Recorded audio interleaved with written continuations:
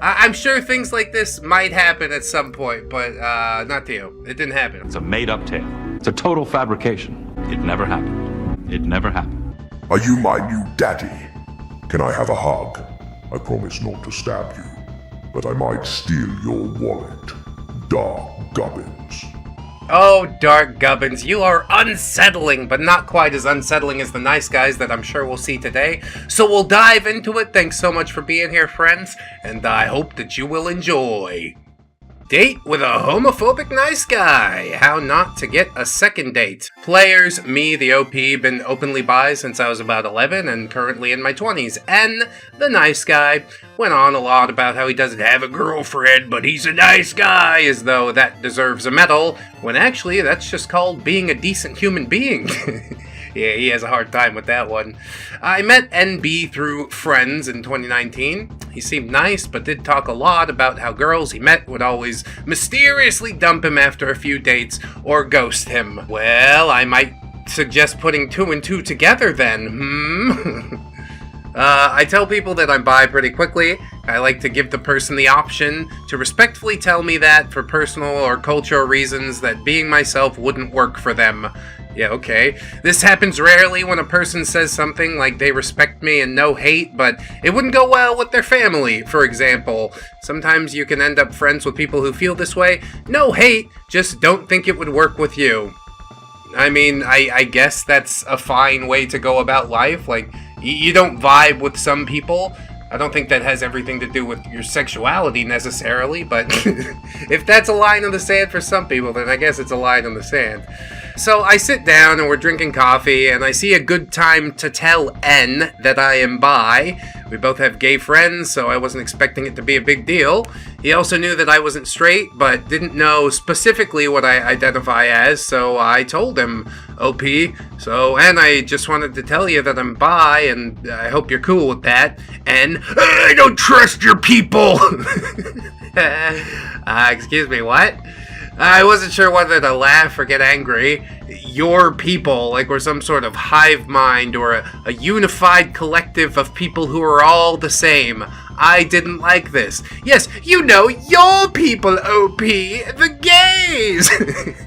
And now's your opportunity to set him straight, I guess. Or, forgive the phrasing. I got up to leave. I have a rule about people who react badly to being told this. If they react with homophobia, then they're not worth your time. Yeah, I guess there's a difference between being respectful and being outwardly like, I hate everything that you represent. It's a little over the top, I don't know. So he jumps up and reaches out a hand dramatically as OP tries to leave. No, I didn't mean we couldn't date. I still really like you, but unlike normal girls, you have to earn my trust. Oh my god. Because I can't just trust you like everybody else. But when I have proved myself, then he would totally trust me, just like everybody else. He said this with big, wide eyes, like in a tone of bounce that said, look how kind I am, giving you a chance despite you being bisexual. Aren't I a saint? I told him I ain't gotta do shit for him, and left. Probably the right way to go. I was angry, but we later had a conversation about what happened. He wanted to talk, but from his tone, I could see he didn't really want to get to know my point of view to change. He just felt burnt about getting walked out on. He finished up with, all girls just leave and don't want to give me a chance. Boy, we do give you a chance. Your attitude blows it. Enough said. Sorry about spelling the grammar, I'm a mobile and just wanted to write this quickly. Yeah, that ain't too bad. I understand 100% where you're coming from. He really would have done anything to worm his way back in there, but I'm super glad that you did not let that happen. Any choice words of advice there, Dark Gubbins? Sir, you are 2 awkward exhales away from putting on a fedora and writing slam poetry about why women fear intimacy. Dark Gubbins. Why women fear intimacy? Yeah, because of dudes like this, I guess. You just going out for a coffee or something, and he's like, oh, I can't possibly, because we like the same set of genitalia, so I don't trust you. It's a really weird way to go, but whatever. I can't fix it, so we'll move on into another post. Oh, next tale. I'm not his type, but I should date him anyway 'cause he's nice. He's just so nice. Won't you give him a chance? Nobody ever did. I love stories like this. TLDR, this guy dissed my appearance for years, saying that I wasn't his type, but was offended when I got a boyfriend because he was so nice that I should have considered him instead. He's trying to do that, like, negging thing, which basically never works. So this is an old online interaction, and a bit after I stopped catfishing as a dude online to avoid stuff like this. Bro, what? Poor timing on my part. I met Bear, we're gonna call him that, on IMVU. Oh, I remember. Yeah, that's a terrible thing to open up in my brain, OP. We were both in a Bleach role-playing group and interacted pretty often. Bear and I had a lot of mutual friends, and eventually we started having one-on-one conversations there. I'm really into cosplay, but too shy to do it, so I kind of expressed that by being super dressed up and wearing makeup, so I feel like I have a costume on all the time. At this point, I'm not posting pictures of myself online, but I do talk about buying and trying wigs and makeup and the like, and this is where the weird stuff starts. Yeah, I mean, you're like, I want to do this fun thing for myself, and he's like, well, how can I make that all about me? Would you wear the makeup and wig that I want you to wear? It's just automatically really weird, and I don't understand why. I remember casually mentioning something along the lines of needing to fill in my brows before I went out, and Bear, who I was on Skype with at the time, made actual noises of disgust and said, he could never date someone who has to do that. If they don't have all their brows, then I don't want them, he said proudly. Oh yeah, I'm sure you're out there just sorting them all out, huh? Gotta beat them off with a stick, don't you, fella? He kept ranting about how disgusting it was and how undateable that would make someone, until I started just giving one-word replies, wondering why this topic was ever that serious. From there, it was anything, from me wearing wigs or heels or liking certain music or just anything that made me entirely undateable. And if I'm honest, it didn't bother me because at the point, I didn't find him dateable either. Yeah, I'm pretty sure no girl ever does. This is just like his tactic. He's rejecting you before you can reject him. Textbook, isn't it? I ended up talking to a guy who was also into alternative stuff, and we started flirting and vibing, so I spent more time talking to the other guy that we'll call Lex. Me and Bear started talking, and I mentioned Lex to him, and he seemed pretty unfazed. Nothing changed in our relationship, and I was happy that I found someone. Oh, I'd also like to mention that around this time, I got enough courage to post selfies in a group that we were in, and now he knew what I looked like, and that made the disses more detailed. I didn't want to leave that little bit out. Well, do we know what Bear looks like? That's what I want to know. Could I go and fucking tear a piece off? Because you know I will. I don't care one little bit. Oh, the gloves are coming off, are they? Okay. Roger that shit forever. Eventually Lex and I started dating, and I went and told Bear the day we made it official, and he flipped out and started yelling at me. I asked why he was mad, and he said, couldn't you tell that I liked you? What? When I responded, no, he yelled again about how I purposely ignored the signs and led him on, and that's what he gets for being so nice. I reminded him again how he continuously said that I wasn't his type, and he admitted that, yeah, I wasn't his type, but the fact that he was being nice shows he had some interest, and I should have considered him. Well, yeah, well, fucking take a number. Get in line, Pally. Like, what? You didn't ask. What do you want me to do if you don't ask? To this day, I don't understand the logic behind this sentence, but I simply told him I don't want to date a boy who doesn't like me. To this, he answered that he obviously did, and that I was an idiot and a user. He really did nothing for me, so I don't know how I used him. I even did free art and graphics for him when we were friends, so... And he said I didn't deserve him. He stopped talking to me after that, and I wasn't too bothered. IMVU died, Skype died, and I figured we'd both moved on to different things. Or so I thought. 2 years ago, I went to recover for some old art I did from my IMVU account and saw that for the past 5 years or so, he had been continuously messaging and gifting my old account as if nothing had happened, trying to start conversations or sending cutesy emotes. For 5 years, bro. That's about the most pathetic shit I ever heard. I don't wish anything bad on the guy, but I'm not gonna message him or anything. I'll just say good luck with whatever he's trying to do with my dead IMVU account, Lamau. Yeah, just hump the leg, I suppose. That's really all we can do at this point. You got anything to say about this one, Dark Gubbins? He didn't like you. He liked the idea of you staying single and available forever, orbiting his fragile little ego like a dead moon. How pathetic. Dark Gubbins. Damn, Dark Gubbins, you're pretty real. I wouldn't trust you around, my wallet or anywhere near me, basically, but he's got some insights. Everybody sees this guy for what he is. I guess I have to be grateful that it only really took place online, so that much easier to get away. Yeah, he messaged you for 5 fucking years. He's sort of just a little bit unhinged, you know what I mean? You need to be careful around that one, and I'm glad you got away. Looks like we still got some time, so we could hit another story. Why not? We got some very neckbeardy nice guy stories today. This one titled, 2 neckbeards call me slurs and try to assault me in the library when I tell them that I have a boyfriend. That seems a little over the top, doesn't it? But, yeah, I hope that they get their just desserts. So, this is the first time writing one of these stories, so sorry for the shitty quality. C, Nice Guy 1, J, Nice Guy 2. That's Carl and Jack. This year I'm a senior transsexual male-to-female girl in high school, and because of my schedule, I am an aide in the school library every other day for about 2 hours. We have different lunch periods, A through D, and each person has one of those 4. Bro, wait, already I don't really give a shit. You're going too nuanced, you know? I do have a boyfriend. This is important later. Just like information dump. Can we get some story now? Early this year, I ran into these 2 nice guys during sea lunch in the library.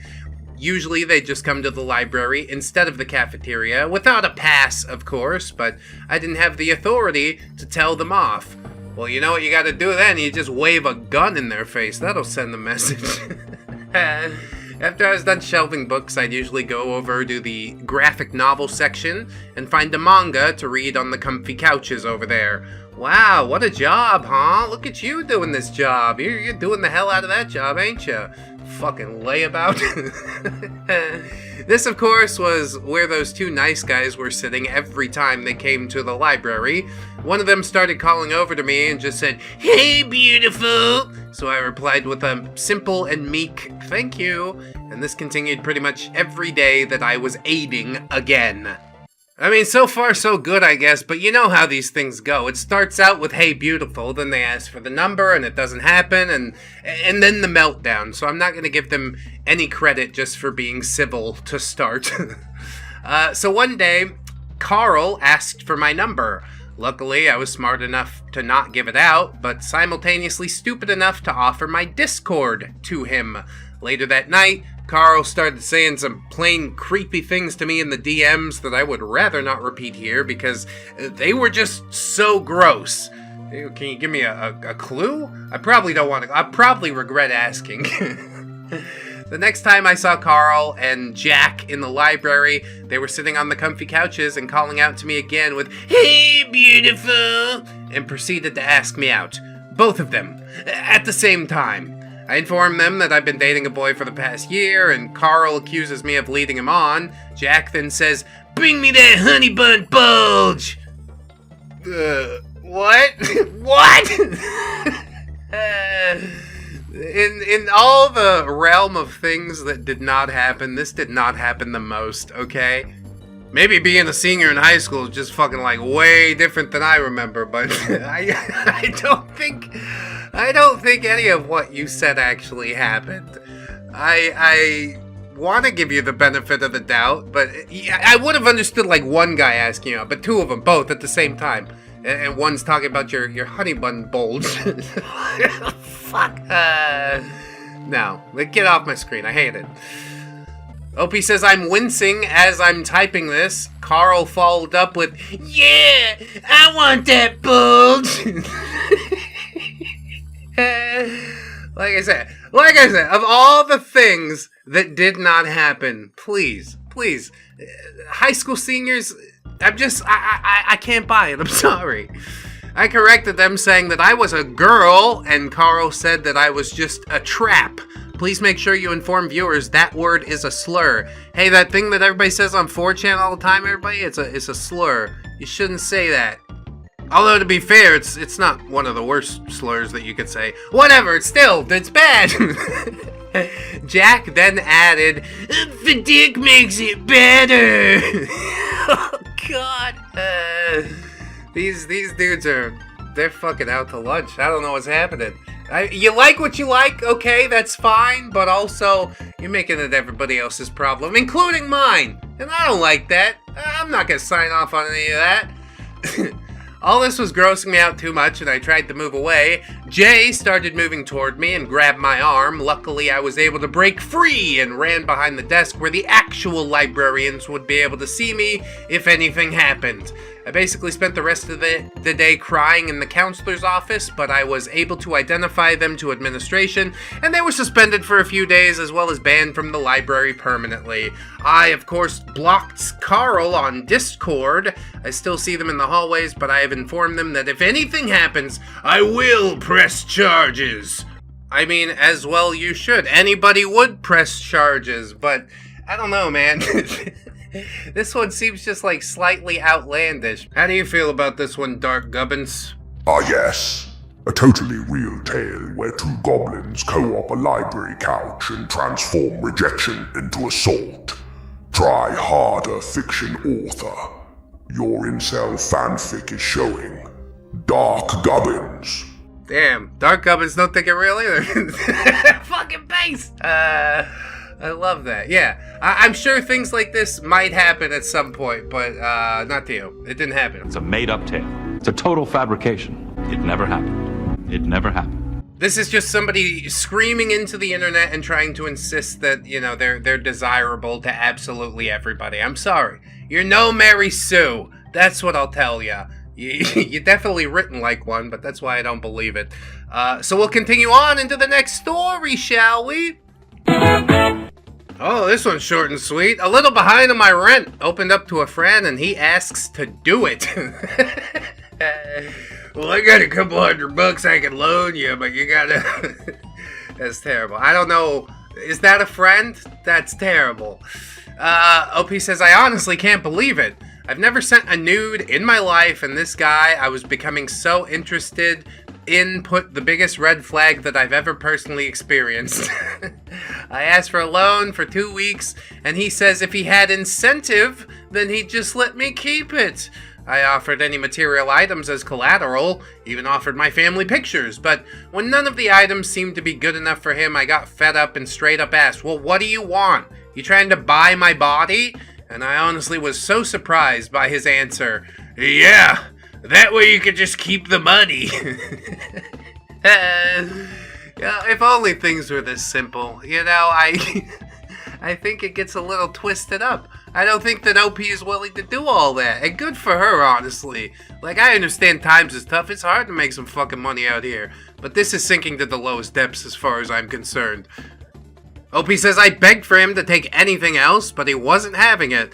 I literally felt like a dog with a treat being dangled over my head. I moved so I could regain my independence and my self-worth, and this was one of the lowest blows that I have ever faced. I'd sooner be homeless than sell my body, but honestly it freaking hurts because I thought this guy respected me only to find out that I was only a slam piece for him. A slam piece? Well, he paid, didn't he? No, it's really disrespectful to even ask. I don't know why that idea would ever cross your fucking mind. It's like, hey, can I get a loan? Do you ever walk into the pawn shop and offer them a piece of ass? TLDR, a little behind on rent, and was asked to sell my body by a nice guy. Yeah, that's how nice he was. He was willing to let you have the loan and just keep the money after, but also you have to do this thing that is basically disgusting. That really hurts me deep down in my soul, but I guess that's what we're here for, isn't it? It's a short one. I don't need commentary from fucking gubbins. Let's move on. This story is, nice guy asked me to marry him 2 days after asking me out. Yeah. Is he Mormon? I know Mormons like to do that type of shit all the time. Anyway, approximately 3.5 years ago, a guy I went to school with asked me out 2 weeks after I got out of a relationship. I decided to give it a shot, hoping that it would help me move on from the previous relationship. Yeah, I guess rebound's still a thing. That was mistake number 1. 2 days after he asked me out, he took me out on a date, and he took me to a place that I will call Mountain Park. The sun was setting, and he took my hands. I'm gonna call him Mac for censorship reasons. Mac. So, I know we've been together for a couple of days, but I have a serious question for you. OP says, okay. Mac proceeded to get down on one knee and said, OP, ever since I met you, I knew I wanted to ask you this. OP last name, will you marry me? Yeah, how about no? And also, fuck no. What would possess you to even ask? Now, he and I had only known each other for about 3 years at this point, and as I had mentioned, he had only asked me out 2 days ago. I told him no, but I stayed with him. That was mistake number 2. Every day since that day, during the 2 months that we were together, he tried to convince me to marry him. He would rub my finger and say something along the lines of, there should be a ring on this finger. We should get your ring size. We should get your dress size, etc. He'd also buy many gifts and say something along the lines of, anything for my future wife. Even though I had said no to marrying him multiple times, talked about our future together. You'd stay at home and raise our 11 children. You'll clean up after everyone without any help, etc. Oh, yeah. That last one's really the clincher, isn't it? I can't wait to clean up after 11 human beings. That sounds like the highlight of my life. Oh, boy. Those were only what I could even remember. The biggest kicker was, while he was still dating me, he tried to flirt with my younger sister right next to me.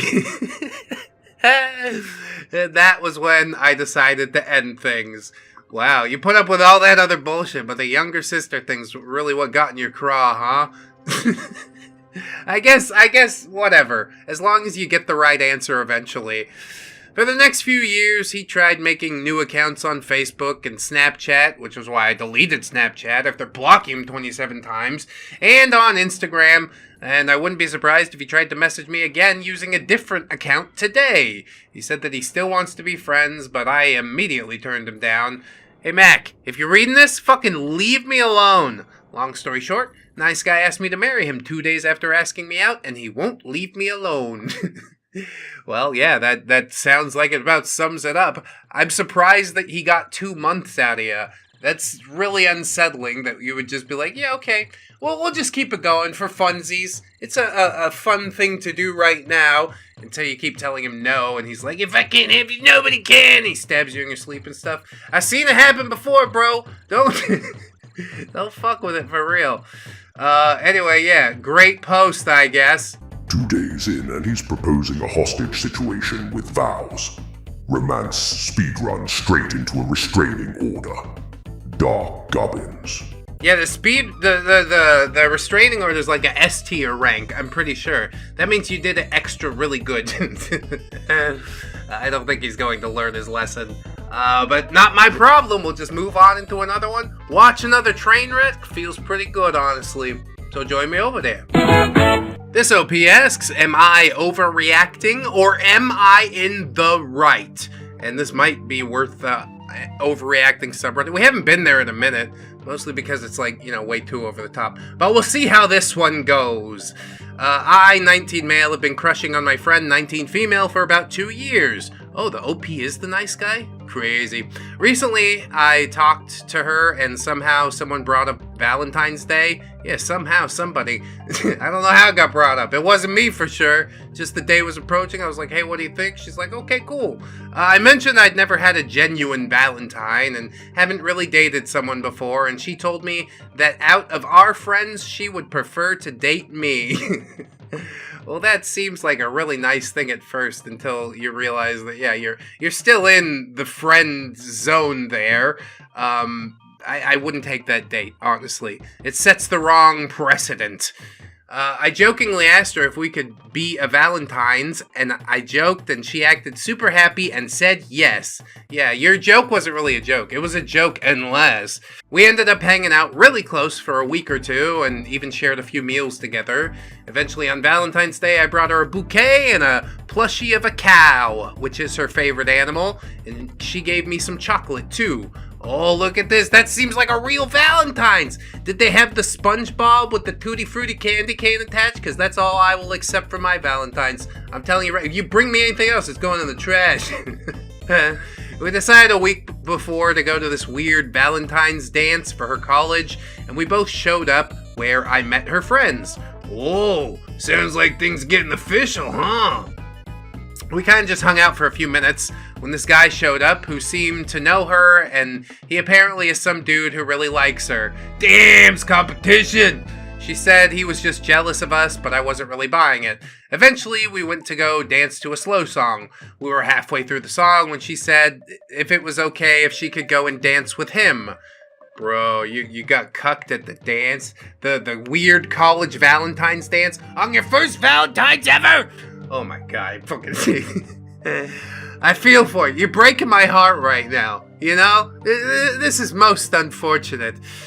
I was really confused when she asked me, but I reluctantly agreed. She went with him, and I just sat on the side of the room. After a little bit, she came back and said she was sorry. They both hung out all night, and I became the third wheel. I eventually just decided to let them be, since we probably wouldn't have worked out anyway.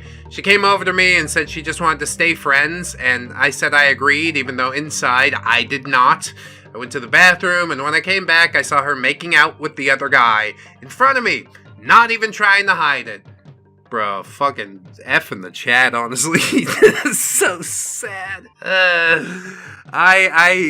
I'm sorry you had to experience that. Like, this is outright evil. Maybe she didn't plan it out to be some big evil thing, but this is fucking life-changing stuff right here. Evil! You didn't miss much. She's a harpy. She's trying to steal your soul away, OP. Run away while there's still time. We left and still talk every now and again, but I feel really uncomfortable around her, and I don't know if I'm overreacting or if I deserve to feel upset with her. What should I do? Fucking, yeah, take the L and move on. Basically, that's all I can suggest. Try to avoid that situation in the future. Like, even when she said, oh, out of our friend group, I would date you, and yeah, you know that's not really a real date, right? You know? It's setting the wrong precedent, the wrong tone, and you fell right for the trap. You hate to see it, honestly. I'm sorry to see it happen to you, OP, but hopefully you learned a bit of a lesson, and we're doing better now. Maybe. Do you think you'd ever be straight if you found the right guy? Why does everything have to be so complicated? If you want something bad, you have to fight for it. Break out the L word. Lesbian? I think my friend might be turning into a nice guy. Should I say something? Probably, yes, if you value that friend. Only if you value that friend. It will be a confrontation. Opie says, hey all, I, 27 female, have this friend. Let's call him Steven, who is 30. Steven has always had a more out there sense of humor, relatable. But anytime I or one of our friends has said that we were uncomfortable with a joke, he has stopped saying it if we communicated that.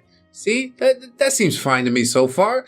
As the only girl in a friend group of guys who game, we, myself included, will make stereotypically sexist jokes, mostly to mock people who say that stuff wholeheartedly. I'd never felt disrespected by any of them and knew that I could always say, hey, that's the line in the sand for me, about basically anything. Well, they seem like a decent group of boys. Everybody needs some gaming buddies.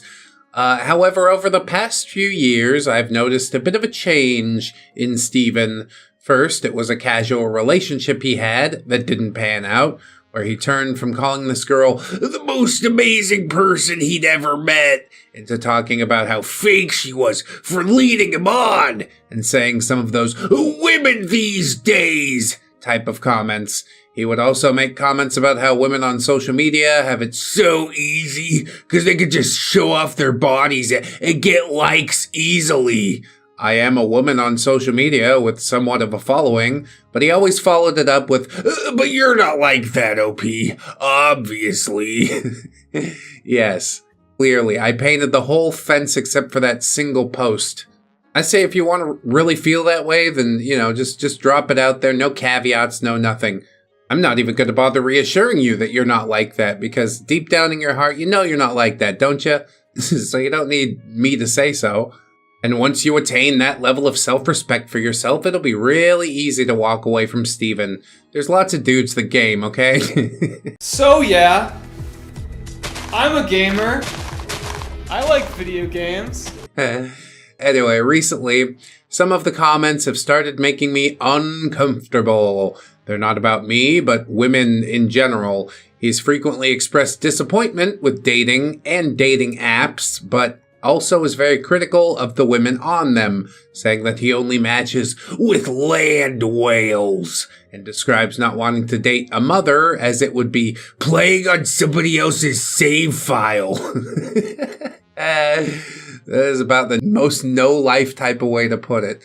I don't think you'd make a decent father, Steven. Yes, please, stay away from the single mothers, okay? You would make a terrible stepfather because you also make a terrible person.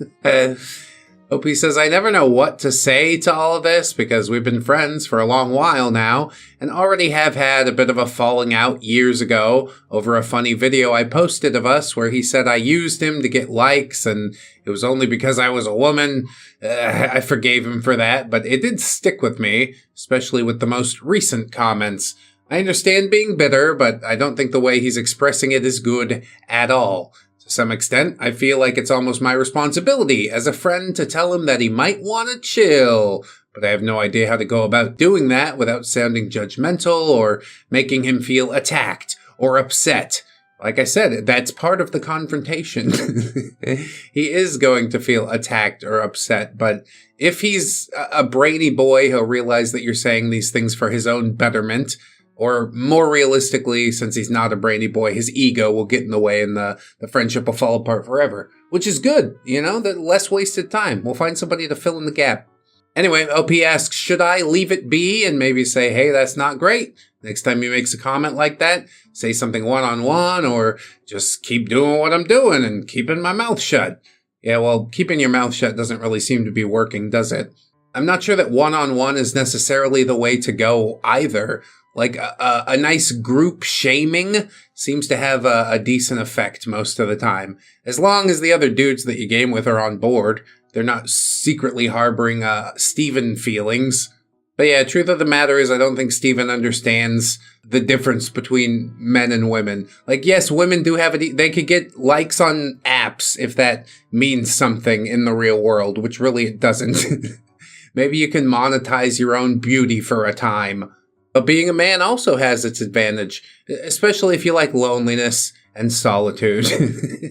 Yeah, sometimes when I'm lonely, I stick my d in baloney.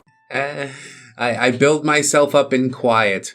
I focus on nobody except for me and my own betterment, and I think maybe Steven could take a page from that book, Stop focusing on how many likes your gamer girl friend gets, and yeah, just if that's something you want, then fucking push towards it, Record some of your gameplay, offer some commentary, I don't know. Let's Play as a format is basically completely dead, but I'm sure you have something interesting in your head to share with the world, Steven, so dig it out and make it happen, and stop blaming other people for your problems. See, now you don't even have to confront him, you just share this video with him. You're welcome, OP. We're gonna move on to our next post. This OP says, nice guy finds out I'm a gamer girl, proceeds to cyberstalk me. Oh yeah, well, I got sort of same vibes, okay. There's a gamer girl in my lobby. Stop. Should I tell her how I feel about her? Please don't. No. Please don't. OP says, I'm not sure if this belongs in this sub or not, but I keep seeing stories like this on TikTok, so I thought I'd share my own for people to enjoy. Yeah, hell yeah, dude. I need to get back on TikTok. I think people are still following me over there. Sometimes I get a notification. I'm like, whoa! I thought I deleted this Chinese spyware off my phone. Where'd that come from?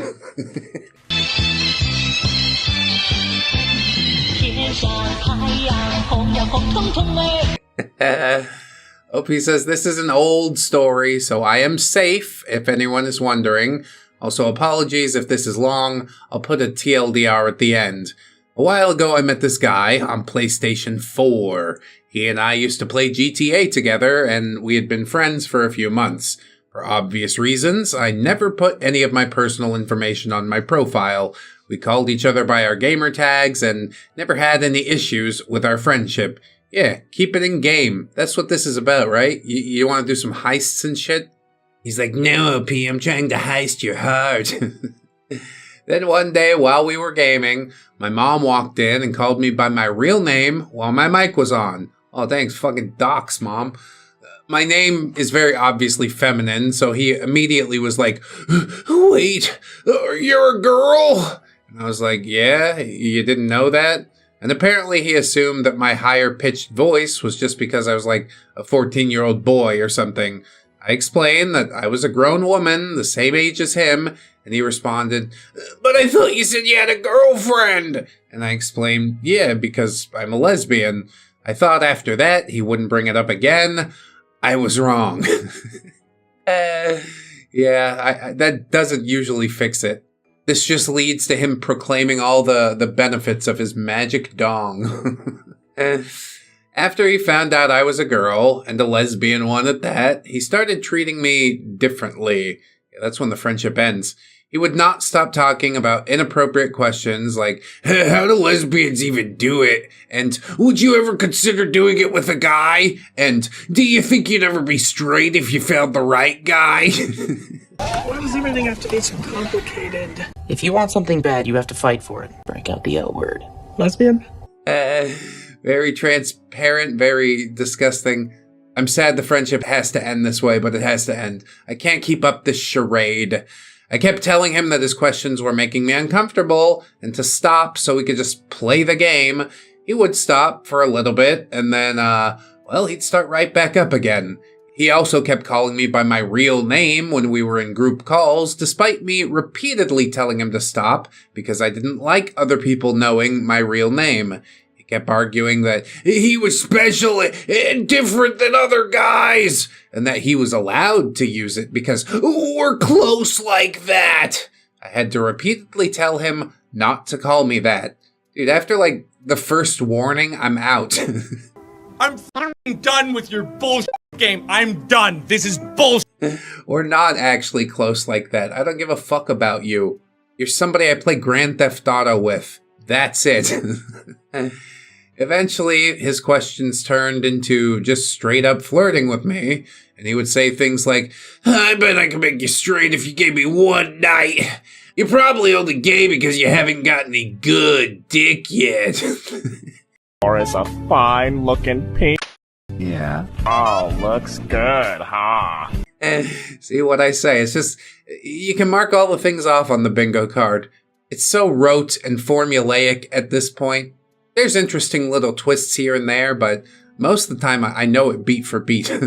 The final straw for me was when he asked me if your family was held at gunpoint and the man told you that he was going to end them all unless you did it with them. Would you bang a dude then? There's an unhinged scenario you've just come up with. I snapped at him and said that was definitely not okay. I said that was an awfully specific scenario and asked if I should be concerned about what he was planning. He said it was just a joke and tried to backpedal and say that he was just messing with me.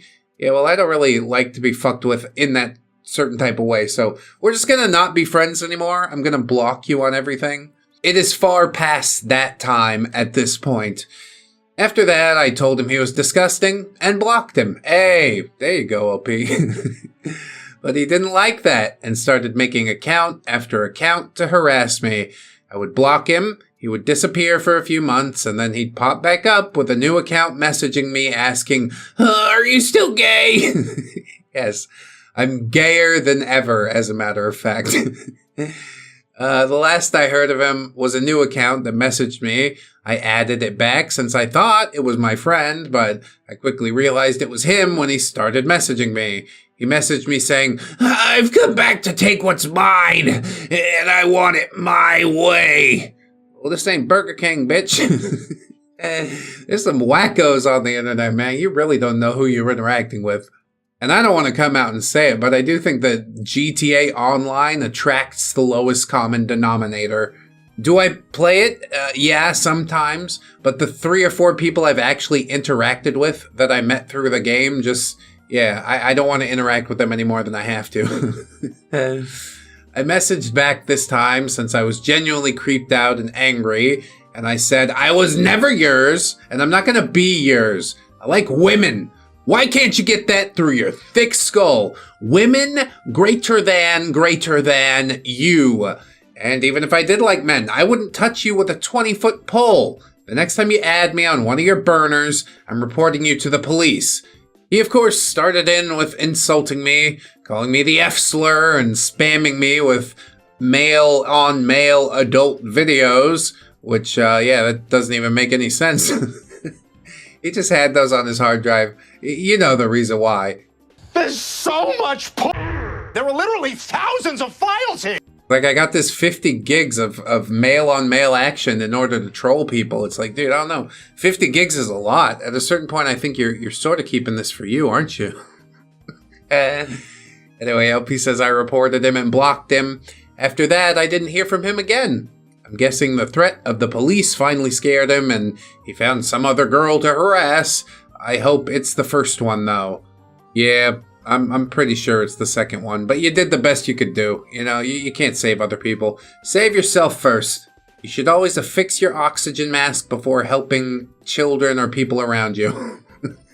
And for anyone wondering, he never had my address or any personal info aside from my real first name. He didn't even know what state I lived in. So I didn't feel as though I was in any immediate danger.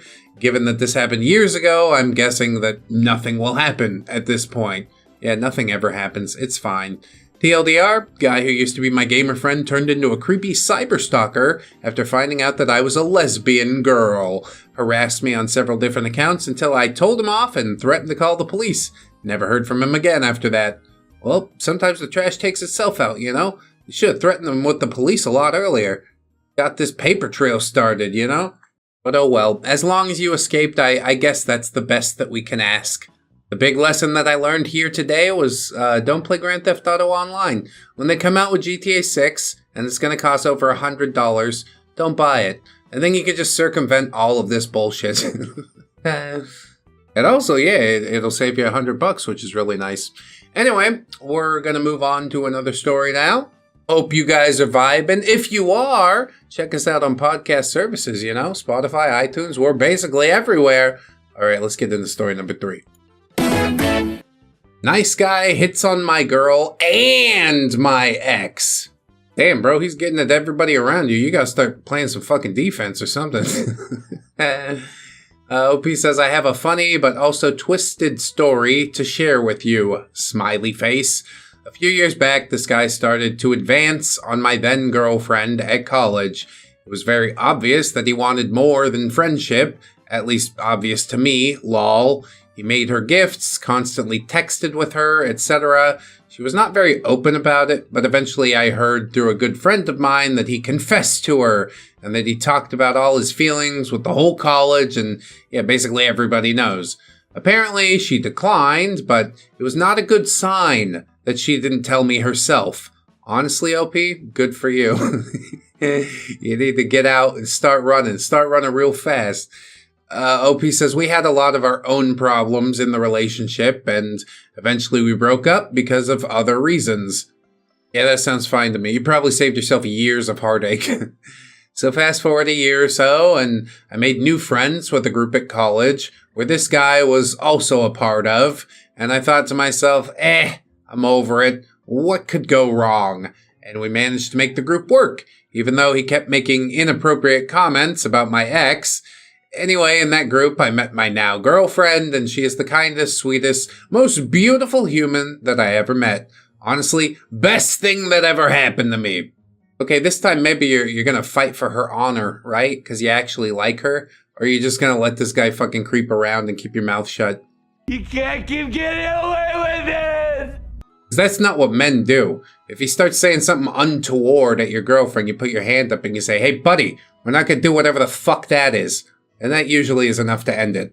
That's what I said verbatim to some dude that was trying to get grabby with my sister at the club when I was in the US. He buckled like a belt. Most people do. Don't fucking let yourself get played around, OP, I guess is what I'm trying to say.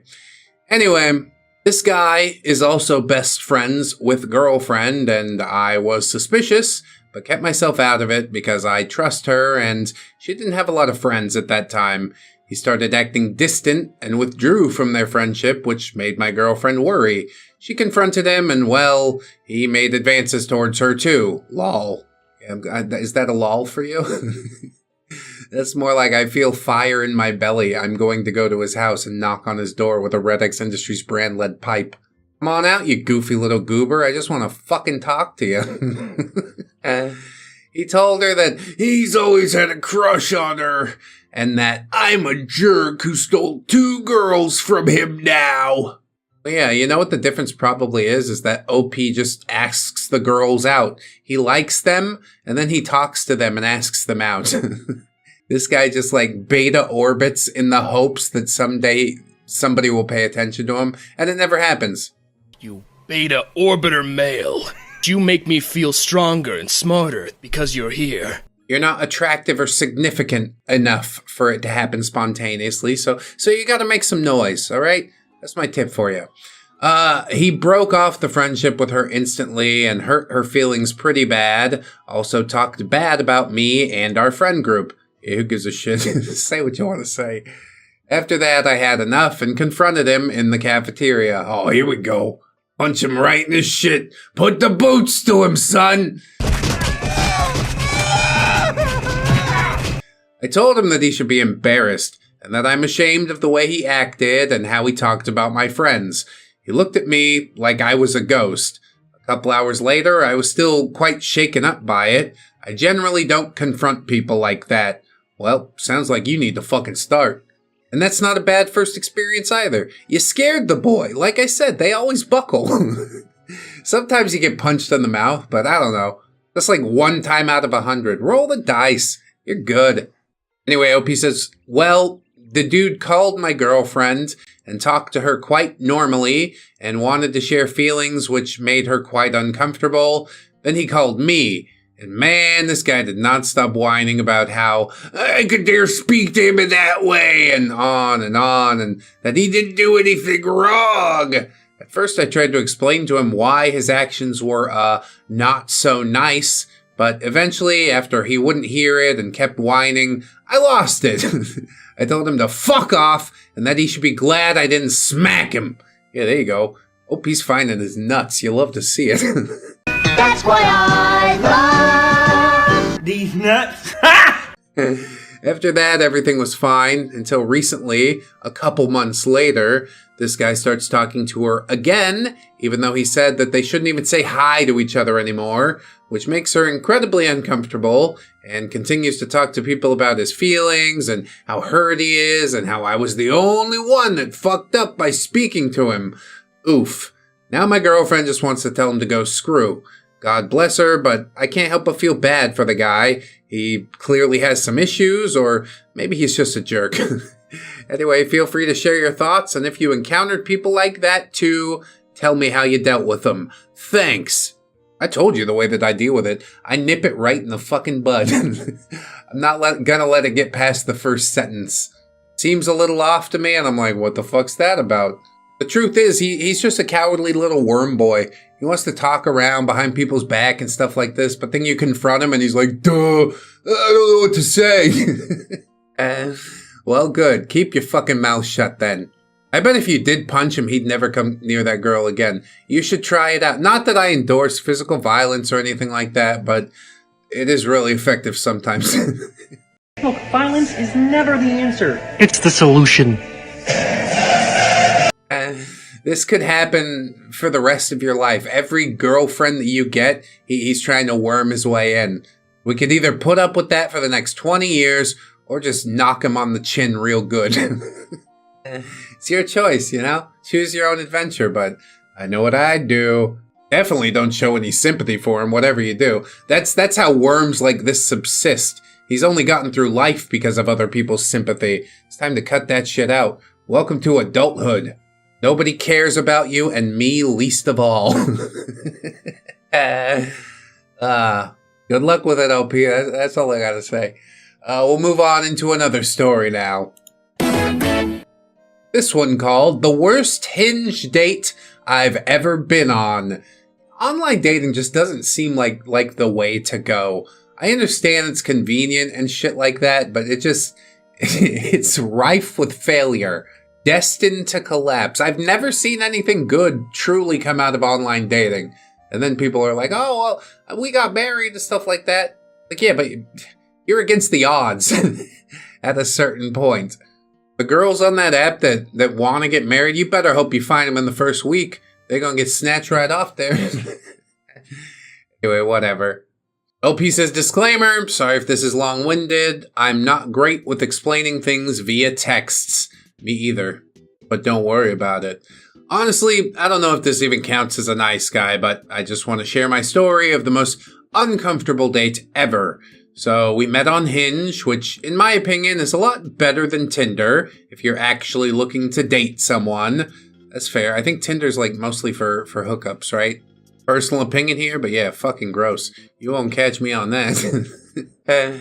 He was nice on text and didn't give me any hints of how the date would actually go. I will admit that some of his texts were pure cringe, and some of the things he would say were moving too fast for me, seeing as though we hadn't even met yet. And yet you still decided to go. That's interesting. I guess you didn't want to ghost him, you know, just being nice, see how it goes. Maybe it's better in person. It's never better in person. So come round to the first time that we were meant to meet. And my cat died on that day, so obviously I wasn't going to go. I tell him, and he's completely understanding of the situation, and we rearrange. Okay, bare minimum, but I was like, oh, he is really nice. Anyway, fast forward to a week later, and we finally meet up. We meet at a bar, and it's going okay. Conversation's going smooth. He even brought trinkets to look at, which I love myself a cool trinket, shrug emoji. Now this is where it starts to get uncomfortable. Before we get into the uncomfortable part, can I ask about the trinkets? What is that? Holy Jesus. What is that? What the is that? They had this street in Thailand of trinkets. We bought a trinket for money and a trinket to remove obstacles. We've kept them in the house, even to this day. And I believe in them wholeheartedly because like maybe a month or two after we came back from Thailand, the YouTube channel started to take off. I was able to quit my copywriting job. I wish I could knock OP for liking trinkets, but I tend to like a good trinket myself. Something tells me though these are not trinkets from Thailand. There's no backstory to these trinkets. It's some plastic crap that you bought, isn't it? I'm in the market for something fucking mystical and magical, and you brought me a plastic Charizard. We'll always be special friends. Anyway, tell me about the uncomfortable part, OP. She says, we sat across from each other, like you would do, but he started asking me to move next to him. I said, no, I'm okay over here, and moved on from it, but he did not let up at all. You realize you can just end this date right now? You brought your own car, right? Like, you know what? Already the vibe is off. It's not working out. Like, you met at a bar and things were going okay. Well, guess what? My standard is higher than okay. I'm not going to marry somebody that I just think is okay. And that is the reason that I would date somebody. So, I don't know. Maybe OP has different priorities. But I do ask you to look inside yourself and really question if okay is okay enough. Anyway, OP says he couldn't take my no as an answer, so I had to just end up moving to sit next to him so he would stop, because he would not stop pulling a face that I would say was like puppy dog eyes, and it was just making me cringe so bad. Just leave. Well, why are you forced to sit next to him? Say, hey, I'm going to go to the bathroom, and crawl out a fucking window, you know? Desperate times call for desperate measures. OP says, mind you, this man was 31 years old, and I was like 23, nearly 24 at the time. He then proceeded to grab my leg and put it over his, to which I was like, This is the reason he wanted you to sit next to him, you see.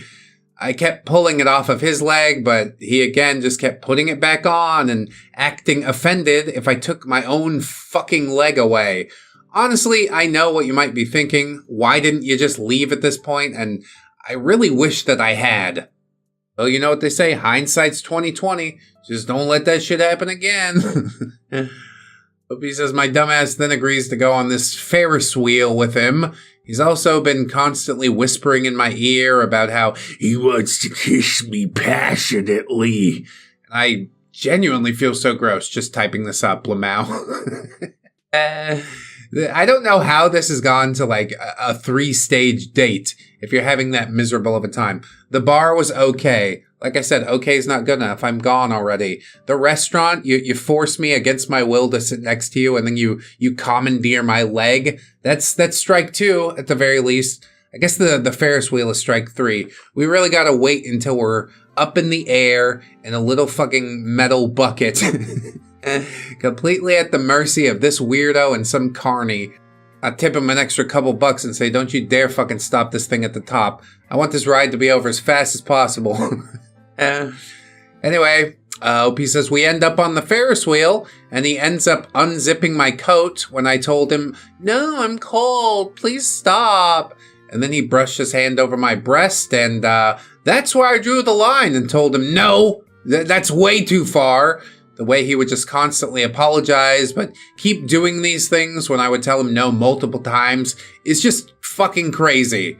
See, another little worm boy sliding through life on other people's sympathy.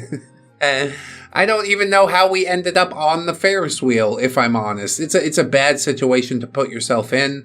I hope you realize at that point, and next time we would make different choices. But yeah, if he keeps apologizing and then call him out on it. Say your apology means fucking nothing to me because I told you this 30 minutes ago, and you continue to do it. Now I'm going home before I'm forcibly undressed from my jacket again. Weird.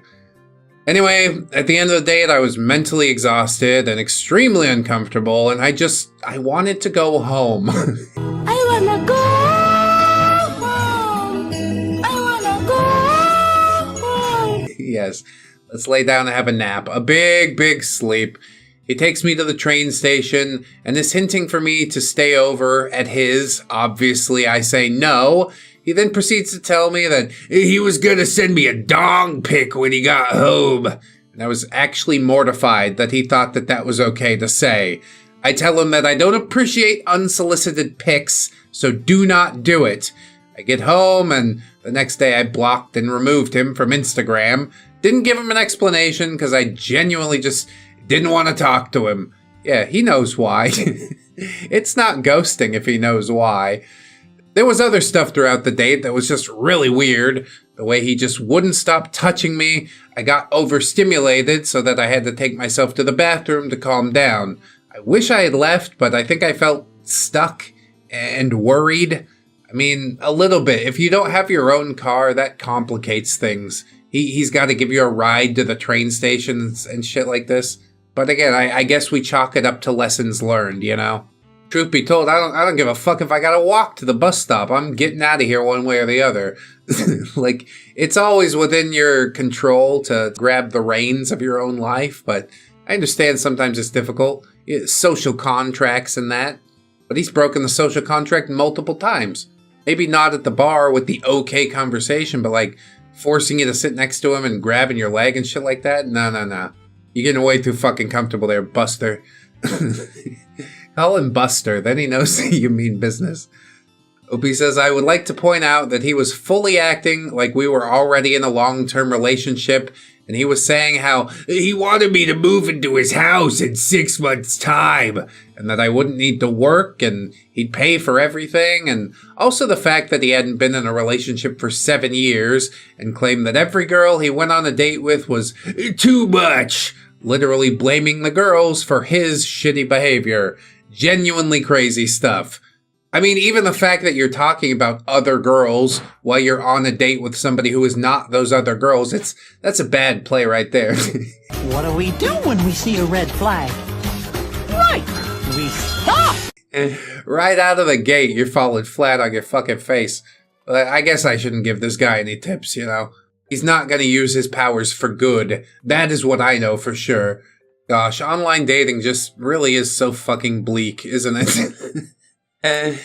Are you able to offer us any sort of hope regarding all of these tales, young gubbins? You lived, you learned, you leveled up in spotting red flags. Next boss fight, you be ready. Gubbins. I did say that. Now, you know, hindsight's 20/20, and we won't get caught up next time, you know? We know what to look for next time. That's really the best you could do with a situation like this. I'm sorry you had to experience it, but it's all part of living, learning, growing. All right, we'll do one more post so we can get 5 in here. That's a nice round number. So this post is called 3 Years and Ongoing of Being Stalked and Harassed by This Nice Guy. God, 3 years, that's a hell of a thing. Opie says the title sums it up pretty well. Quick backstory, this guy had been asking out my spouse since high school, so about 15-ish years ago, my 32 female spouse, 31 non-binary, has told him multiple times that they were not interested. 3 years ago, in a desperate attempt to finally shake him off and prove that I was real and this wasn't a girlfriend that lives in Canada situation, we met him for dinner at a sushi place. It looked like he took the hint, until we received a text where he said, I think it's time I admit my intentions. If you think we could ever have a chance at being a throuple, let me know. How did I know that was going to be his next move? It's like, I got a date with 2 people at the same time. No, these 2 people are sitting here trying to tell you to go screw, and you're not getting the message.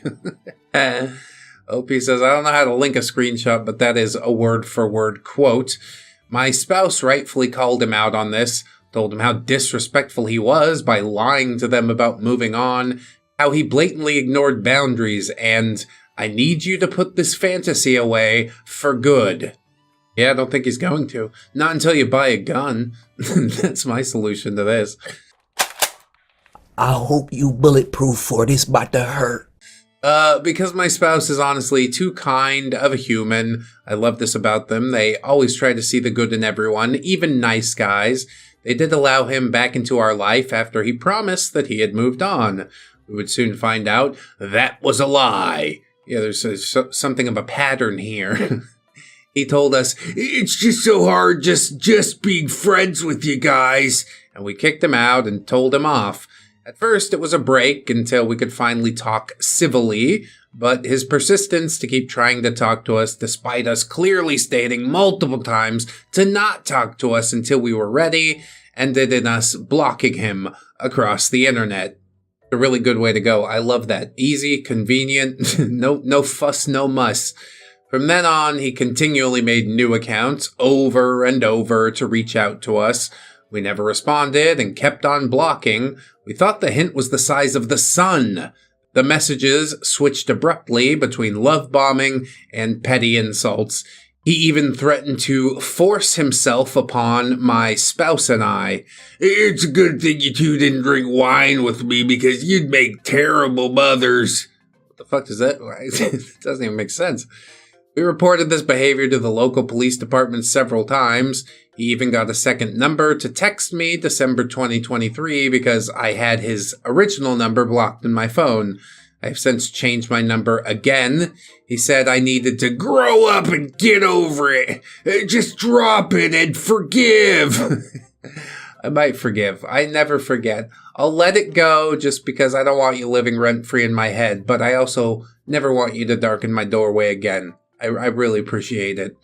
Opie says, I'd like to remind you, Reddit, that I have not said a word to him since June 2022 and just wordlessly blocked him on sight.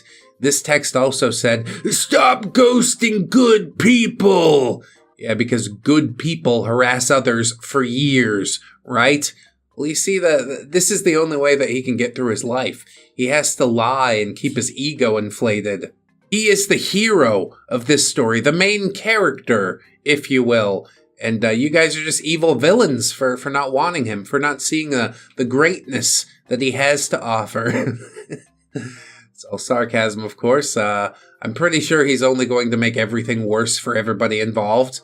So this is good. Keep swerving him, as far as I'm concerned, as much as possible. OP says, now 3 years later, he is so upset.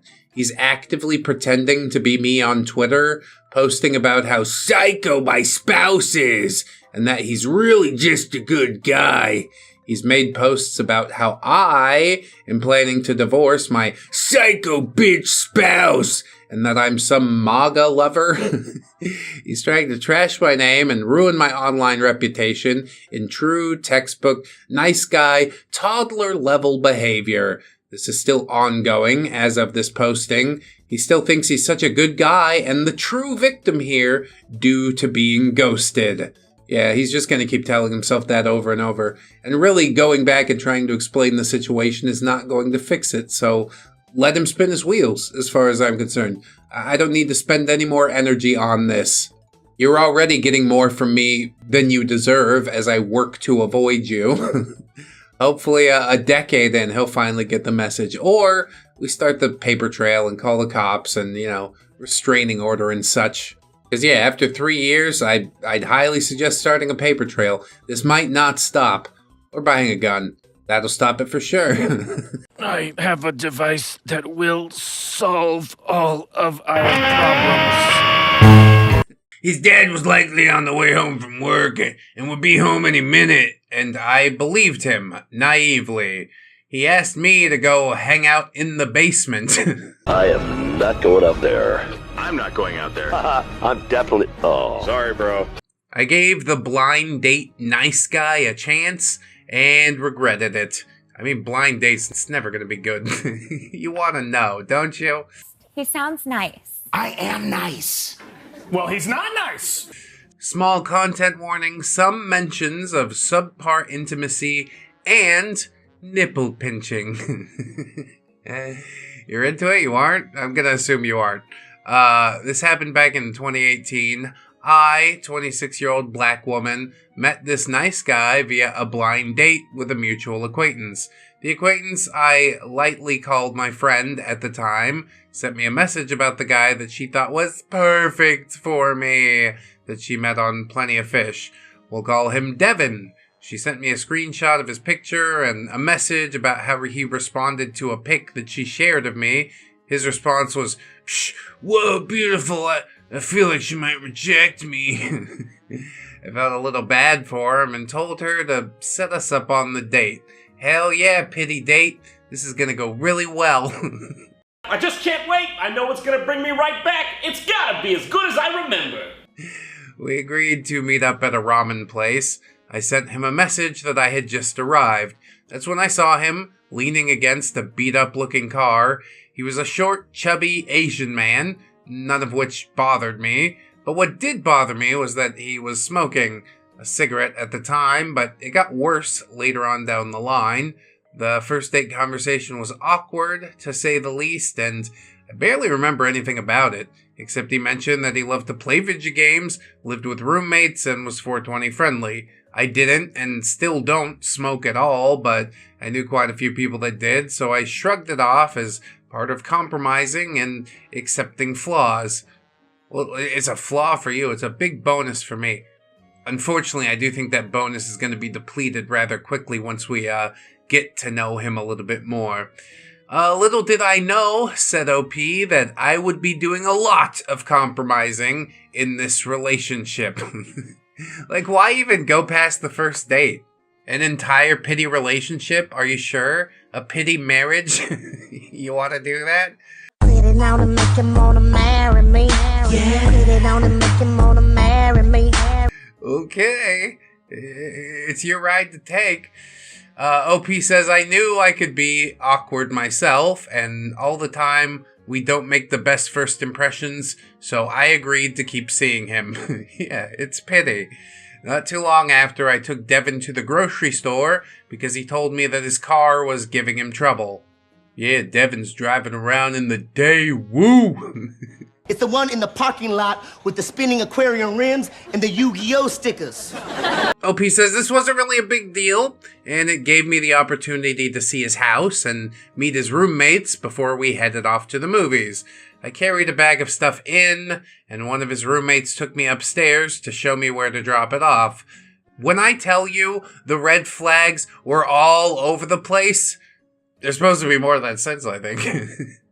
OP says my jaw was on the floor with all his clothes, clumps of combed out hair. Oh, it's over, bros.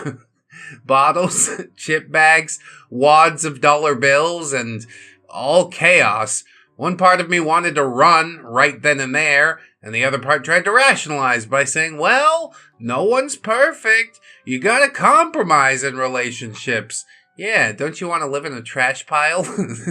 We live in a big pile of garbage! Relationships take work, yada yada. Yeah, but this is not gonna get anywhere near middle ground, okay? This cocktail of emotions shot me into what I called a productive rage, and I went off on him. I told him to grab some trash bags, and we tore through his room and picked up the clothes and stripped his bed. His roommates were dying in the other room the whole time. We skipped the movies and went to the nearest laundromat where we washed and folded everything for the rest of the day. He expressed his gratitude and told me that it was the best thing that ever happened to him. Yeah, it ain't gonna last long. You're not willing to do the work that it takes to maintain the nice thing that she's just done for you. It's also pretty hilarious that the roommates are laughing. It's such a roommate thing, isn't it?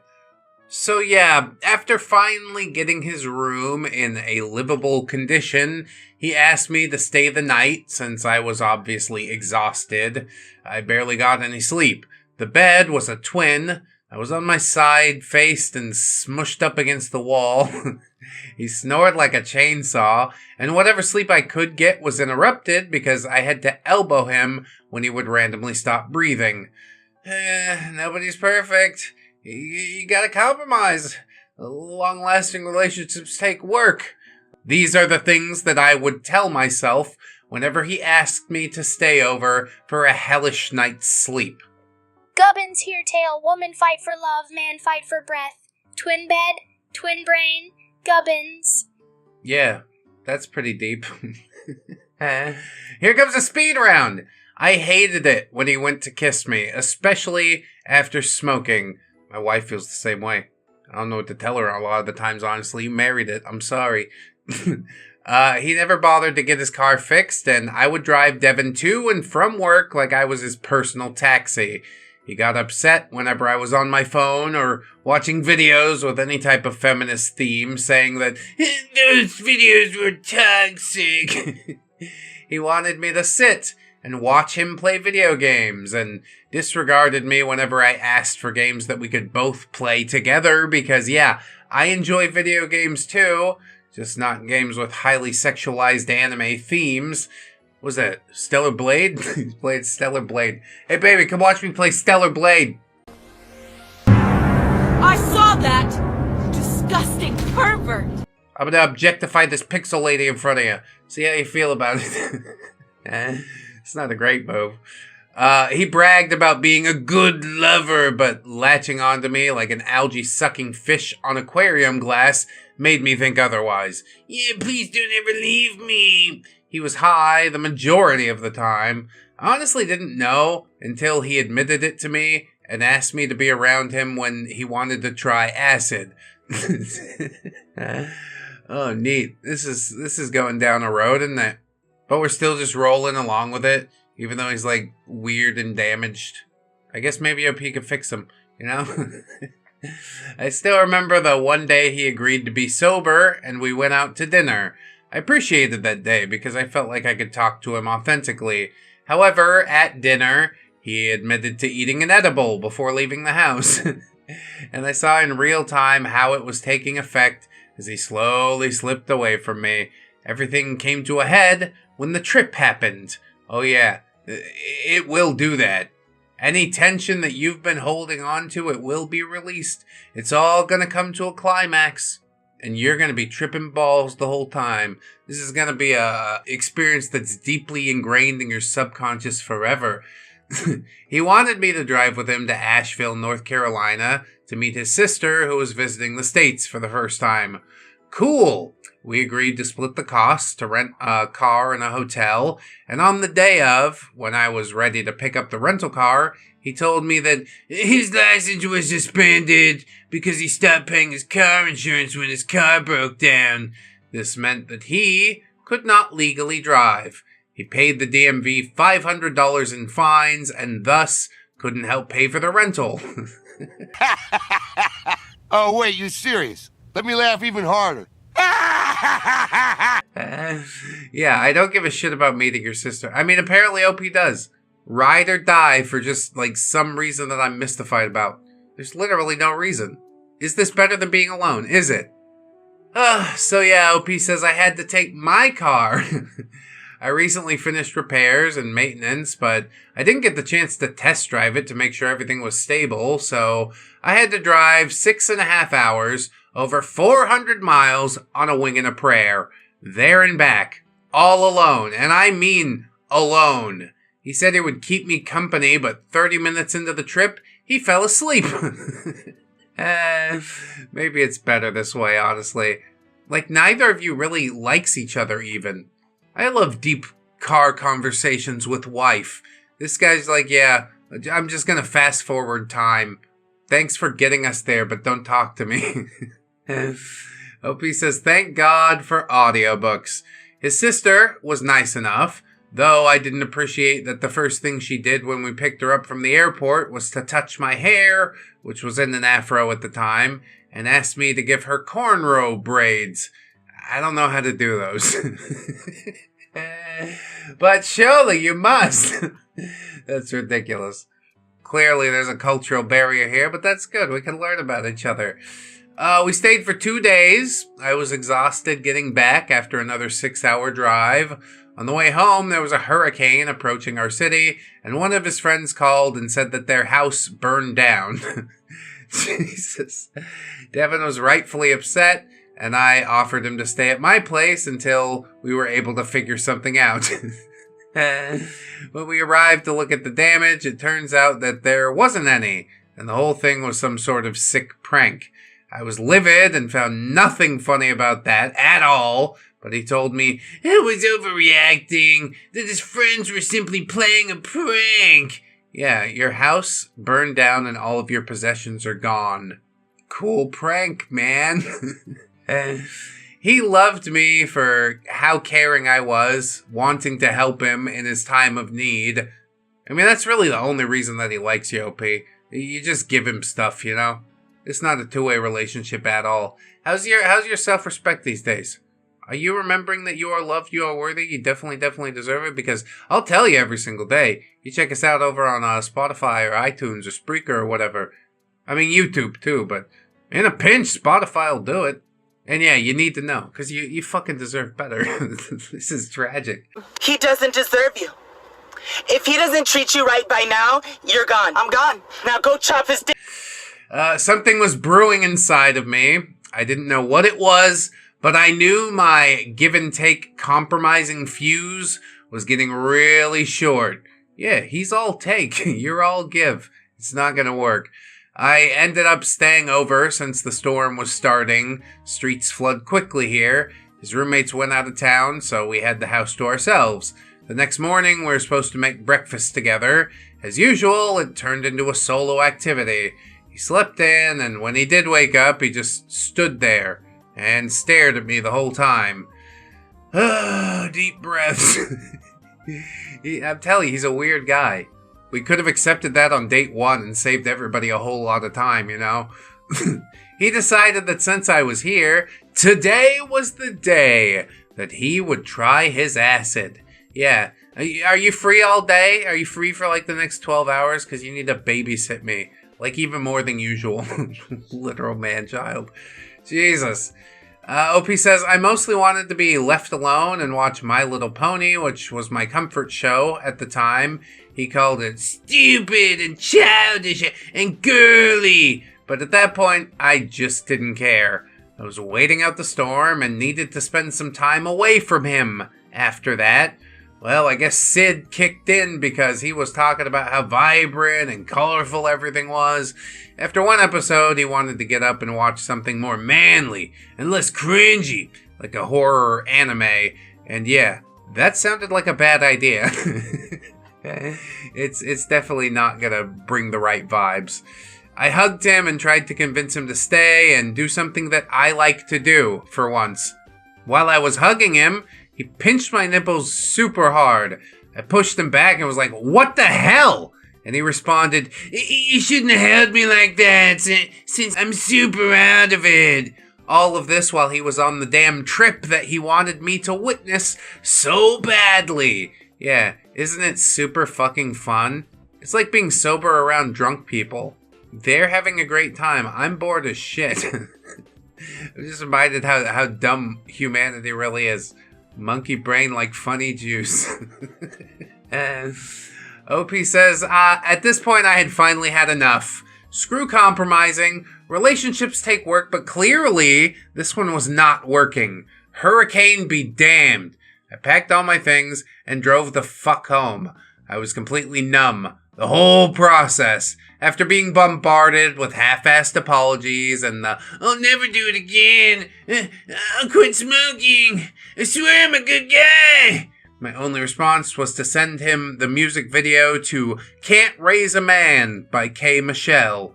Can't raise a man. He's already grown. What you gonna do? He responded, I don't see what that has to do with me. Because he didn't listen to it. You don't get it. It's a metaphor, you fucking mouth breather. I blocked his number and his socials, told my friend about what happened, and she said, well, maybe I should give him a second chance. So yeah, I no longer talk to her either. She was trying to scrape her trash off onto your plate, OP. You almost ate it too. You took at least a couple bites. I learned to trust my instincts from the get-go after that. It was hard, especially now, knowing all this time that I was an undiagnosed neurodivergent that had a hard time picking up social cues. Still, I learned what to look out for. Don't give them chances, ever! TLDR, gave a stoner nice guy Neckbeard a chance, and he wanted me essentially to be his new mom. Never again. I think the thing that mystifies me most about all this is just how it got this far. Like, you clearly didn't like him on the first date, but maybe it has to do with being neurodivergent. I don't know. This is what people do, so it's something I feel I should do too. But at like 26, it's I don't know. I think I got a fucky head too, but I had it more figured out at 26. But everybody has a different timeline. I don't know. Hope you're doing better now. That's one thing I can say. Gubbins Hair Tail. Woman want partner. Get pocket goblin with vape lung, fish mouth, and acid brain. Man no need girlfriend, man need babysitter. Gubbins. Vape lung? He didn't vape, he smoked cigarettes. It's fine. Gubbins, I love you. You're a fun little fellow. Much unlike Devin. He's miserable, and he was able to drag you into his misery for at least a little while, but I'm glad you escaped the trap. Again, these motherfuckers ain't gonna give me twice. That's what I know! So, we'll go ahead and move on into the next story, and I hope you will enjoy. This post simply titled, Creepy Ass Nice Guy. That explains a lot. We see it a few. I was in high school, and I made friends with a guy named Ben. He was tall, and a bit chubby, had the beginnings of a neckbeard. He wrote poetry and liked to talk about how he would be a famous writer. We got close as we had classes together. Overall, he seemed like an okay guy. I came out as a lesbian and he seemed cool with it. We used to hang out and go for walks after school. There was a forest path between my home and the school, and he would walk me through it to make sure that I was safe. Oh, I don't trust that one little bit. Yeah, just come with me out into the woods. I think I'm good, dude. Walk you home like protector? No. Just early recon for weird ambush. Gubbins smell pre-cringe from mile away. Forest path safer than neckbeard with feelings. Gubbins. Just facts, dude. I will walk the forest path with just a pointy stick, thank you. I feel much safer. Things began to get weird when he told me that we should be together because our friends thought we'd make a great couple. I had to remind him that I was not interested in men on numerous occasions. One day he invited me to his place. I asked if his parents were home because my parents didn't like me going to people's houses if their parents weren't home. He told me that his dad would be home by the time we got to his place. So the answer's no. So yeah, I'm not gonna go. While walking to his place, he told me that his dad was a pastor and could fix my homosexuality. To which I replied, no, conversion therapy doesn't work. And he dropped it. Yeah, for now. This is a dangerous situation to be in, you know? I don't like this one little bit. So we get to his house and his dad is still not home. Called it. Ben said his dad was likely on the way home from work and would be home any minute, and I believed him, naively. He asked me to go hang out in the basement. I am not going up there. I'm not going out there. I'm definitely... Oh. Sorry, bro. Dude, don't do that. It wasn't too weird, as I usually hung out with friends in their basements before. Yeah, but this one has a padlock on the door. You don't think that's a little weird? We were sitting on the couch in the basement just talking regularly, and then things got weird. No parent. Basement trap. Fire all alarms. This not friend hangout. This is boss level side quest into pit of bad vibes. Gubbins scream at timeline. Gubbins. The endless bad vibes. I'm skeeved out like since this started. Why'd you have to go into the basement? I'd rather not go into the basement. So yeah, things got weird.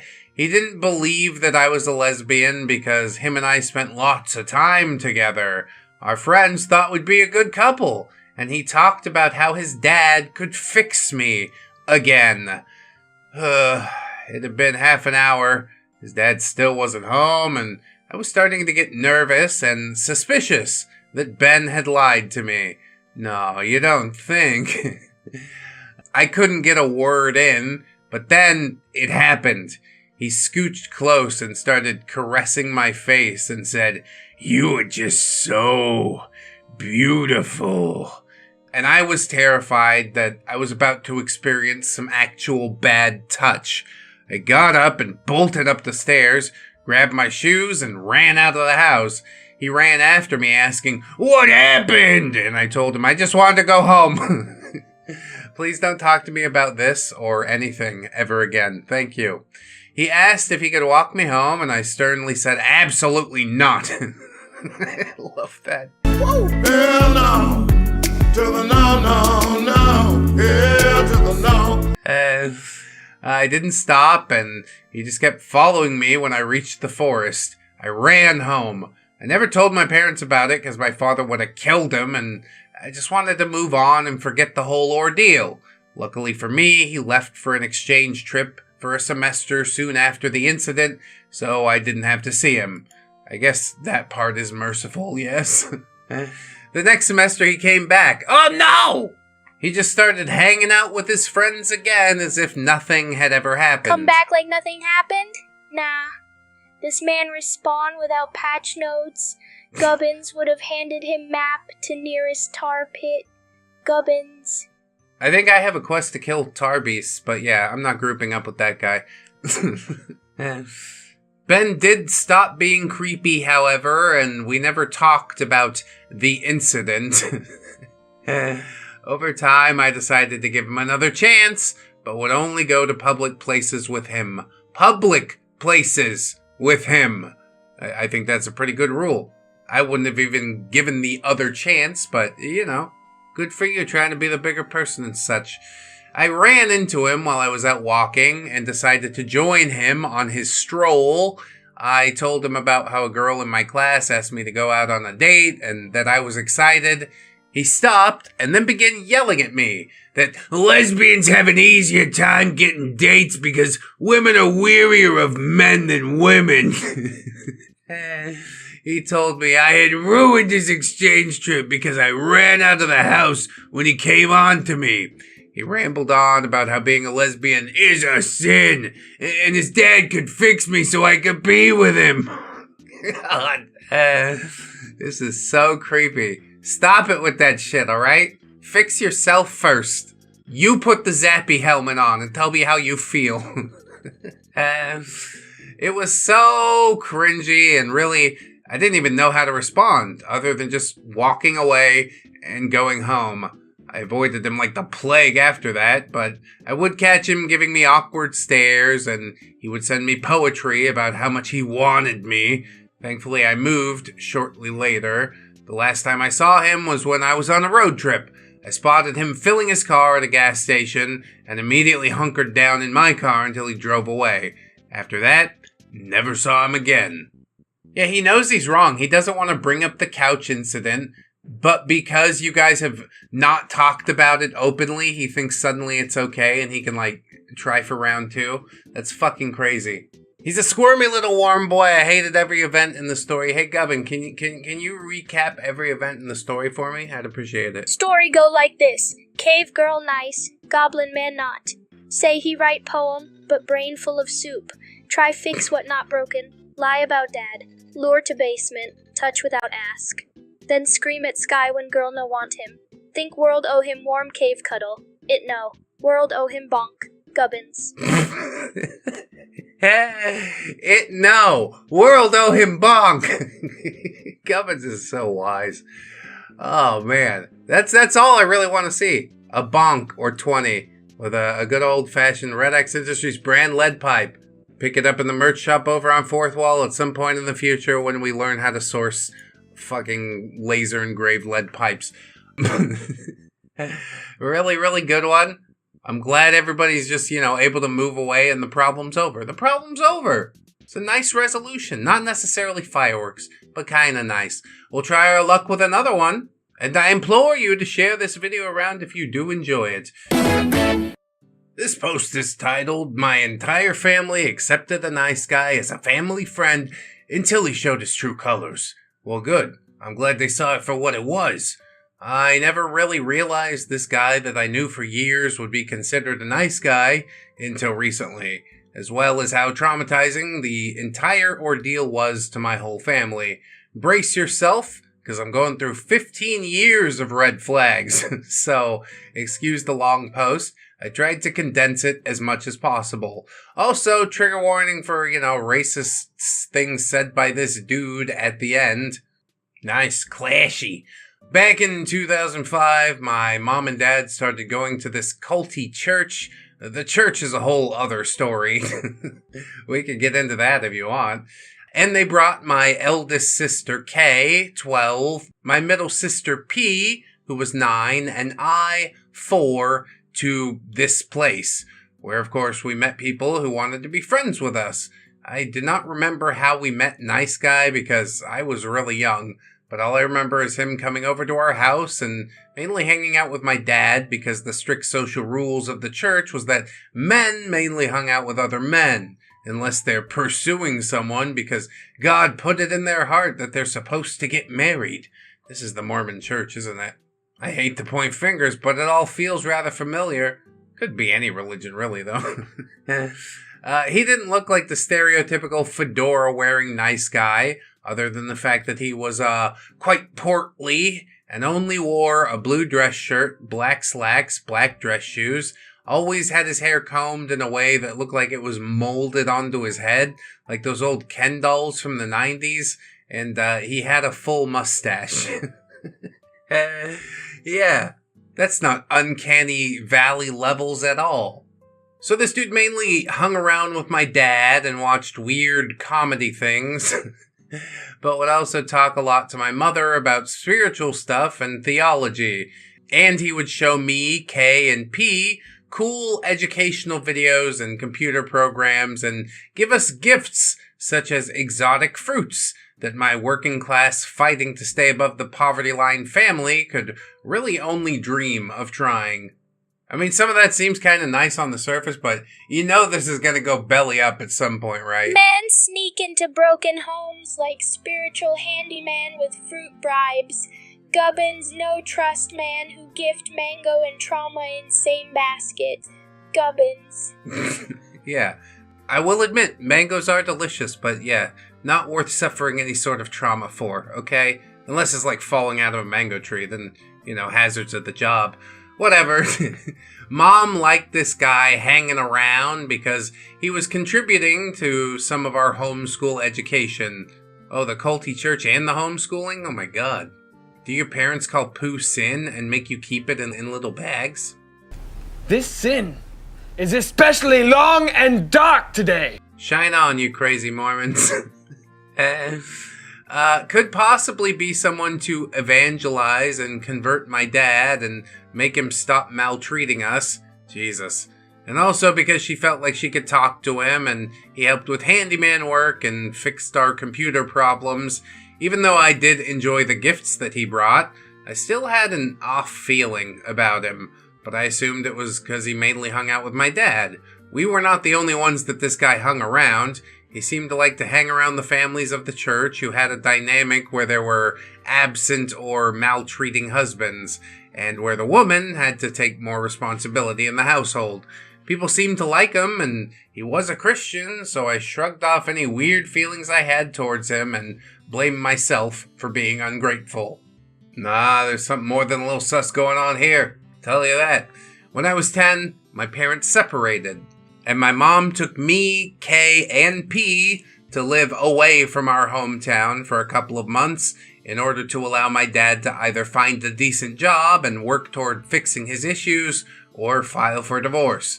I thought interactions with Nice Guy would stop there because I thought he would be friends with my dad and not really associate with us.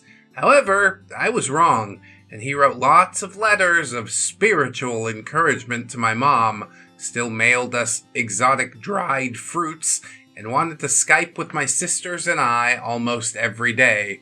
Dude, you gotta fucking pump the brakes right there. What do you want to talk to all these kids for? Back off, she's a minor! It's weird, it's gross. He writes scrolls like he prophet, but Gubbins read message clear. Please let me play house while real man gone. Fool shapeshift from friend to parasite. Gubbins safely. Gubbins. Well advised. A really gross, like, snaky person, and part of me hopes that he's angling for the mom, but, like, why you want to Skype with the kids all the time? It's just fucking, I don't know, man. It's not concrete evidence of anything, but I don't feel great about it. When we returned home and filed for divorce, he visited us every day, sometimes staying from morning to midnight, either just talking to us or playing video games. Weird. I noticed this behavior of him wanting to do everything with us, more than the other families that he hung around with, and often wanted to talk primarily to my now single mother.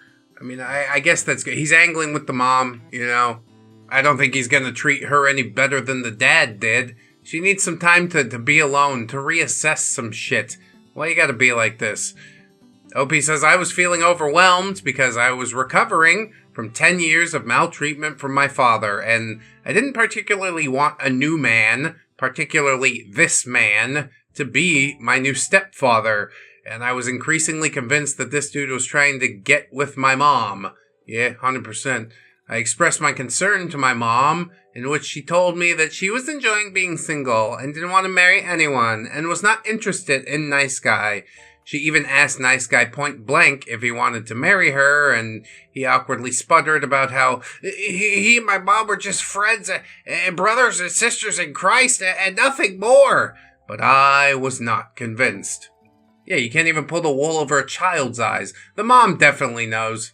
Unless her compass is way out of whack from the years of maltreatment. I don't know, man. Sad situation all around.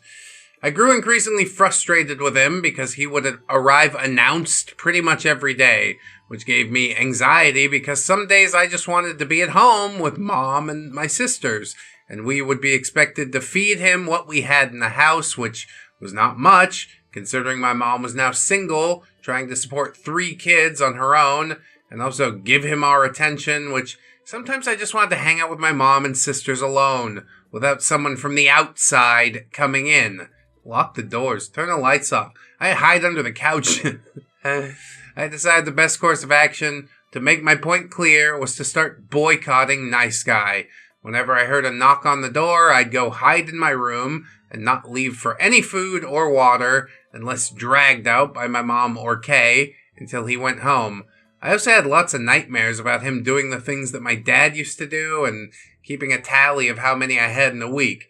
It didn't help that Nice Guy started using a strategy to see me if I was avoiding him on purpose by waiting until I was alone at church, and then he'd try to corner me until I faked being ill or one of my friends found me. This is horrible. You're using God's house to chase little children around? I had it. Why have you not been smited yet? Child see the rot before adults. Gubbins trust small one. Hiding in room not drama is survival. Man use hurt feelings as guilt trap. Classic word trap. Gubbins no fall for fog speak. Gubbins. Yeah, he knows what he's doing. He's done this a time or 10 before, alright? It's the only way he knows how to subsist, is as a parasite. Oh, I know you've been hurt, girl. Just let me make it worse. What the fuck? He then told my mom that I was avoiding him and that it hurt his feelings and that my actions were getting in the way of their friendship, which made my mom mad and caused her to punish me for these actions by not allowing me to have contact with my childhood best friend because, quote, I was not allowing her to be around her best friend, despite me expressing how uncomfortable he was making me feel and how I overheard my friends and the ladies of the church gossiping about how he would make a wonderful Christian father and to be an example in Christ to these 3 girls.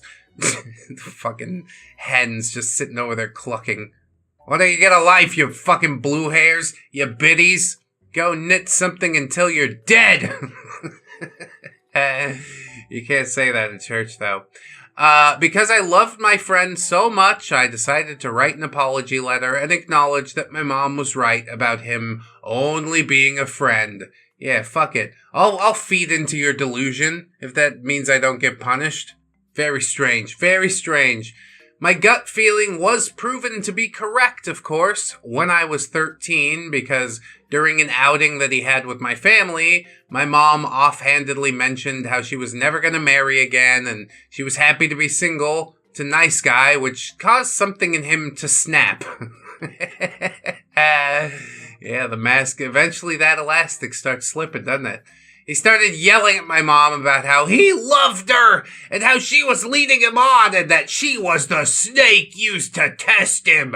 I didn't hear the rest of the conversation because Kay decided to usher P and myself away from the scene until it had cooled down.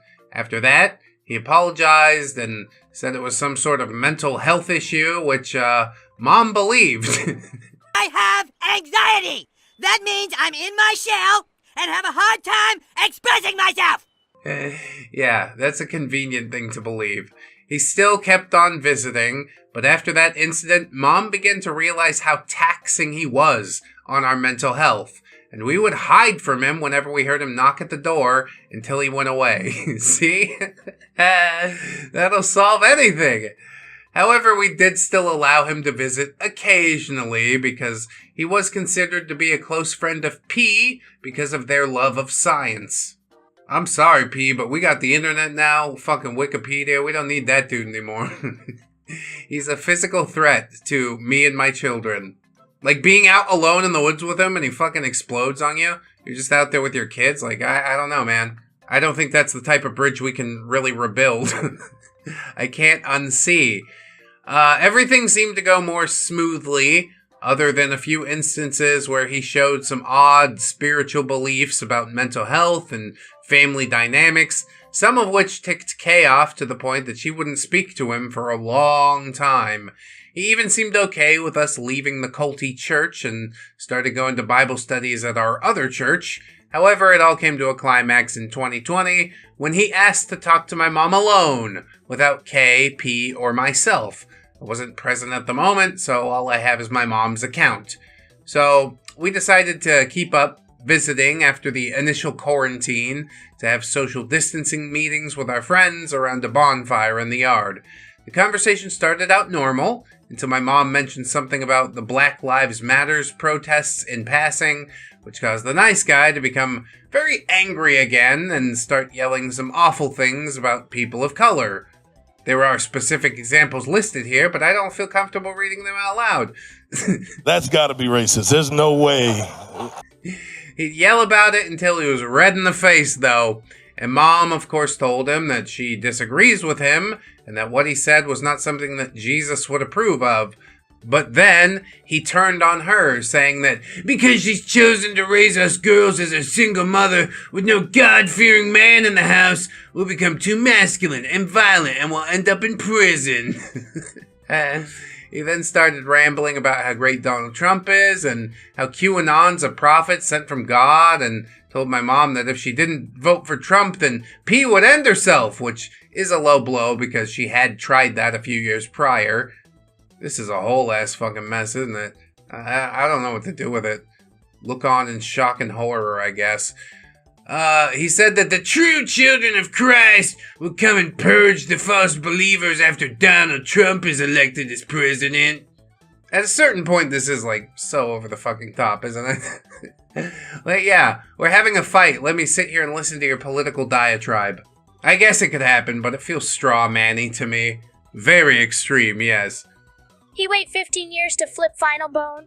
One mention of Black Lives Matter and man turn into full code bigot volcano. Say Trump good, girls bad, burn everyone.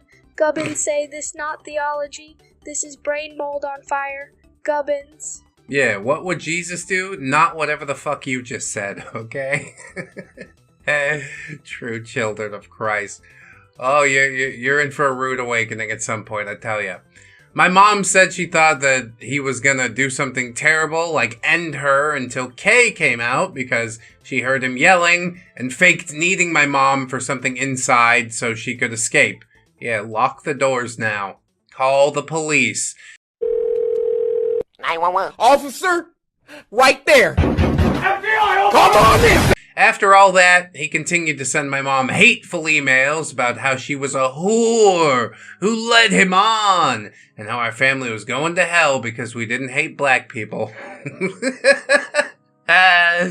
that one of the 10 Commandments? Which one is that? I forget. It became so concerning that my mom's employer offered to have our family hide in their basement for a couple of weeks until the heat of the election cooled off. Hey, people in America get really fucking riled up, you know? It's a false dichotomy, you morons. Stop fucking buying in. Thankfully, it never came to all that. After a couple of emails about how the election was rigged and the insurrectionists on January 6th were actually Antifa, we finally lost touch with him. And now we moved to a completely new state. There you go. Wash your hands. I still have nightmares about him stalking me and my family, but other than that, he's just a memory, and we are now moving on. Anyway, sorry for the long post. It was a lot. Honestly, I could deal with a long post, but yeah, there's trauma here that I'm unsure how to unpack with my current skill set, you know? But I did my best. TLDR, nice guy tries to get my mom for 15 years, makes children uncomfortable, cornering them with weird religious ideologies, then finally gets violently mad at mom and threatens her for saying that racism's bad, and tries to win her over by insulting our entire family and spewing QAnon ideas and telling her that we will be hunted and ended once Trump is reelected as president. What the fuck? Yeah, well, that's a lot. All of this was bubbling under the surface for 15 years. Do you realize that? People are really the most terrifying animals that there are.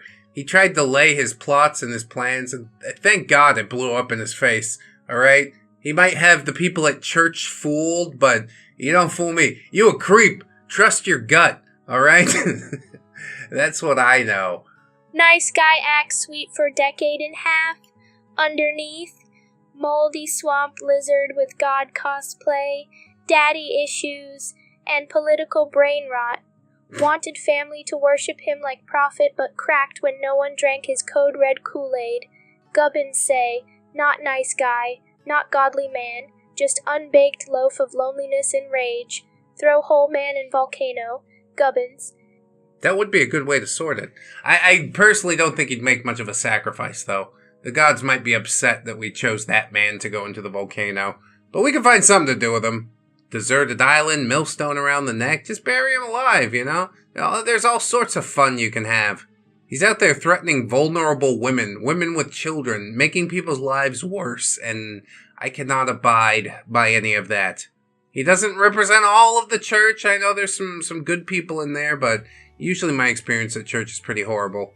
Church usually consists of terrible people trying to convince themselves that they're not so terrible. And then as soon as they leave church, they hop on the Facebook and start talking that good shit. At least I'm honest about it. At least I'd say it to your face. Hey, my friends call me Todd, but you can call me any time.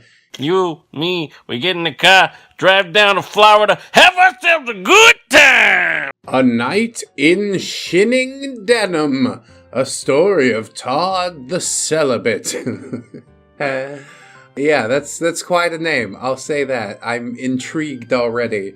Hey everyone, long-time watcher, first-time poster here on this channel. Oh, well, looking into his post history, he is talking about my channel, so that's good. I guess he just didn't have enough karma to post in the personal subreddit. Whatever. It's fine. We're here now. Okay? Good to meet you.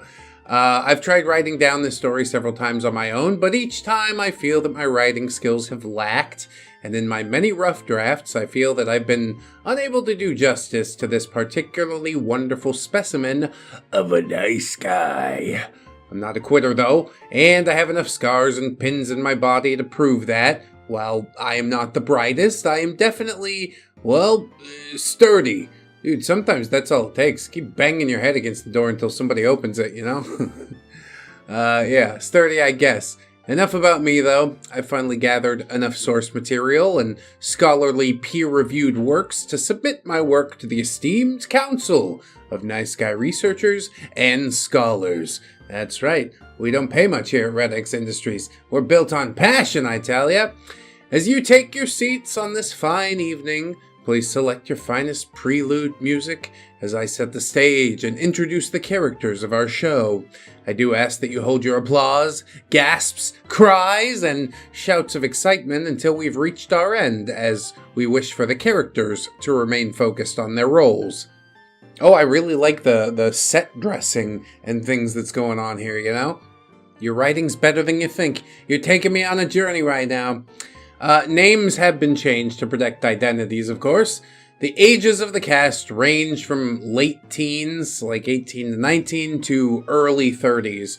The majority of these stories take place while working at a hospital. During, no patients will ever be mentioned. Names of company, name of hospital, state, or city will not be mentioned to protect privacy and avoid any issues. I mean, we do have a top-notch legal team, but I appreciate that. The cast: Steve, friendly, angry giant from the land down under. Standing at 6'3" and 350 pounds of muscle, he is truly a giant to behold and also one of my best friends. He has a good heart, but has the skill set matching Liam Neeson from Taken, and yeah, he's happy to put it to use when given the chance. Kind of reminds me of that Snowman series, you know, doling out the beard justice. Calvin, my best friend for years. We used to work together, but unfortunately they've moved across the country to the East Coast here in the States recently, so their role is more of a supporting character. Hilarious and highly offensive to some people, mainly because Calvin believes in being straightforward and honest and has no filter to speak of. God, Calvin's my spirit animal already, dude. JJ, low-key chill dude who tries to be friends with everyone. Friendly nerdy Asian who loves woodworking, anime, D&D, and eating traditional Japanese food that his family has perfected over generations. Yeah, I'm going to his house. How many nights a week can I eat dinner there before it's rude? Todd is the antagonist of our story, standing at 6'6" and roughly 300 pounds, although mostly fat compared to Steve, who is pure muscle at that weight, socially awkward, and to his credit, he acknowledges it, but continues to do nothing to improve himself. Yeah, throw your hands up, that's just the way I am. Seen it so often. He will always complain how no one will sleep with him, and talks about all the married women that he's tried to lure away from their spouses by stating that he's a nice guy and would treat them better. Yeah, I feel sorry for any bitch that's dumb enough to fall for that one. I'd laugh too. You're gonna regret that move in a few years, I'll tell you that. Terrible hygiene. His shoulders look like the Himalayas with the amount of dandruff that falls out of his greasy, unwashed hair. Yeah, that's disgusting. Don't you want your hair to be clean? Doesn't it feel better? Little snowflake falling from the sky. He constantly shows up to work with mysterious white stains on his shirt and pants and refuses to clean himself up to make himself look presentable. Now, some might argue that he's making a statement here, but I don't think he's fighting bourgeois morals. I think he's fucking fat and lazy. As I'm sure we'll see later on in the story. Riker, we will be calling them OP, around 6'1", around 240 pounds, fairly good shape, but I do have some fat that likes to hang around my gut, and it refuses to go away no matter how much I work out, run, eat healthy, or cry about it. Pretty nerdy, but I do have many other hobbies that seemingly make me pass for a normal, well-rounded person. Oh, that's nice. I'm definitely not normal or well-rounded, but hey, that's just for contrast. So that's it for the cast for the first episode, but there are several other characters that I will introduce that hopefully you will either love or hate. Yeah, just feel something. I honestly can say that depending on your personality, they could either be viewed as likable or just additional neckbeards. And now, without further delay, into our story. Scene 1, Act 1. This is the story of the time I met Todd, a large, rotund, self-proclaimed nice guy with questionable hygiene practices, whose victim complex was so bad that they carry around all of their problems like trophies, put them on display, and remind everyone how unfair life has been to them. Yeah, that's why I can act shitty, because I've had it harder than anybody. I understand that, yes, many times life can be unfair, and if you don't have a good upbringing, life can be more difficult for some than others. But most people grow out of the woe is me phase sometime around high school or college, and they bloom into beautiful, functioning members of society. Not Todd, though. Oh, no. He bloomed physically, vertically, and horizontally, just not mentally or emotionally. He was built like a linebacker, but somehow forgot to join the team. Todd was large and imposing, but at the time I met him, the damage was done and seemed irreparable. I mean, college is pretty late to get in the game, but I don't know. He might be able to pull it together. It's just like, are you willing to give him a chance? Not me personally, I don't have the energy, but maybe OP. Now, I am by no means a small dude. I'm over 6 feet and mid-200s in weight, but Todd was different. Around 6'6" and close to 400 pounds, this guy was imposing. Wow, he gained 50 pounds since the cast list. At this rate, he's gonna be fucking Moby Vic in no time, you know? Not like literally never mind. I had the unfortunate responsibility of training Todd at our hospital. I've been here for a while after moving from the south to the beautiful West Coast. Beautiful and expensive West Coast. I enjoy the natural beauty of where I live, and it reminds me of back home, just without the hurricanes or venomous wildlife that wants to kill me. Yeah, instead you get, like, earthquakes and wildfires. I don't know, pick your poison. Now, I knew I was going to be getting a new employee on my shift this particular night, and I was excited to have my team staffed up.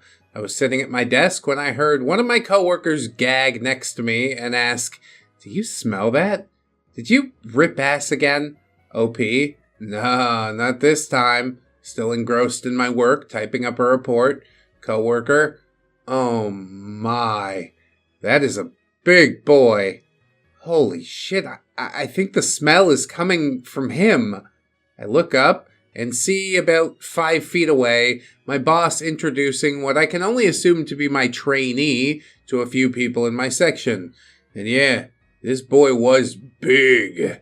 And he looked like he was doing his best to cosplay as Tobey Maguire from Spider-Man 3 when he was going through his emo phase, and a poor man's Peter Griffin from Family Guy. That's great. Pizza time. Here comes Peter on the clothesline, but his name's Peter, really Spider-Man! Spider-Man! He had long, dark, greasy hair that came down over the right side of his face that he was constantly flipping and pushing back. Unfortunately, every time he moved his hair, I noticed a shower of white flakes descending gently onto his already white shoulders. Let me guess, he dresses all in black? You really haven't got this figured out? That's fucking crazy to me. You want to see emo hair? Here's some fucking emo hair. I look pretty good with emo hair, and you know why that is? Because I wash it. Because I wash it like a normal human being. At least most of the time. There's also like long bouts with depression, but we're not here to talk about that. OP whispers to coworker, "Smells like he mixed up his deodorant with a handful of garlic." Coworker, "It smells more like his deodorant went on strike and just never came back." I burst out laughing, unable to keep it in. My boss looks over at me and smiles. I can tell that he is dying inside from that smell and is trying really hard to be a professional about it.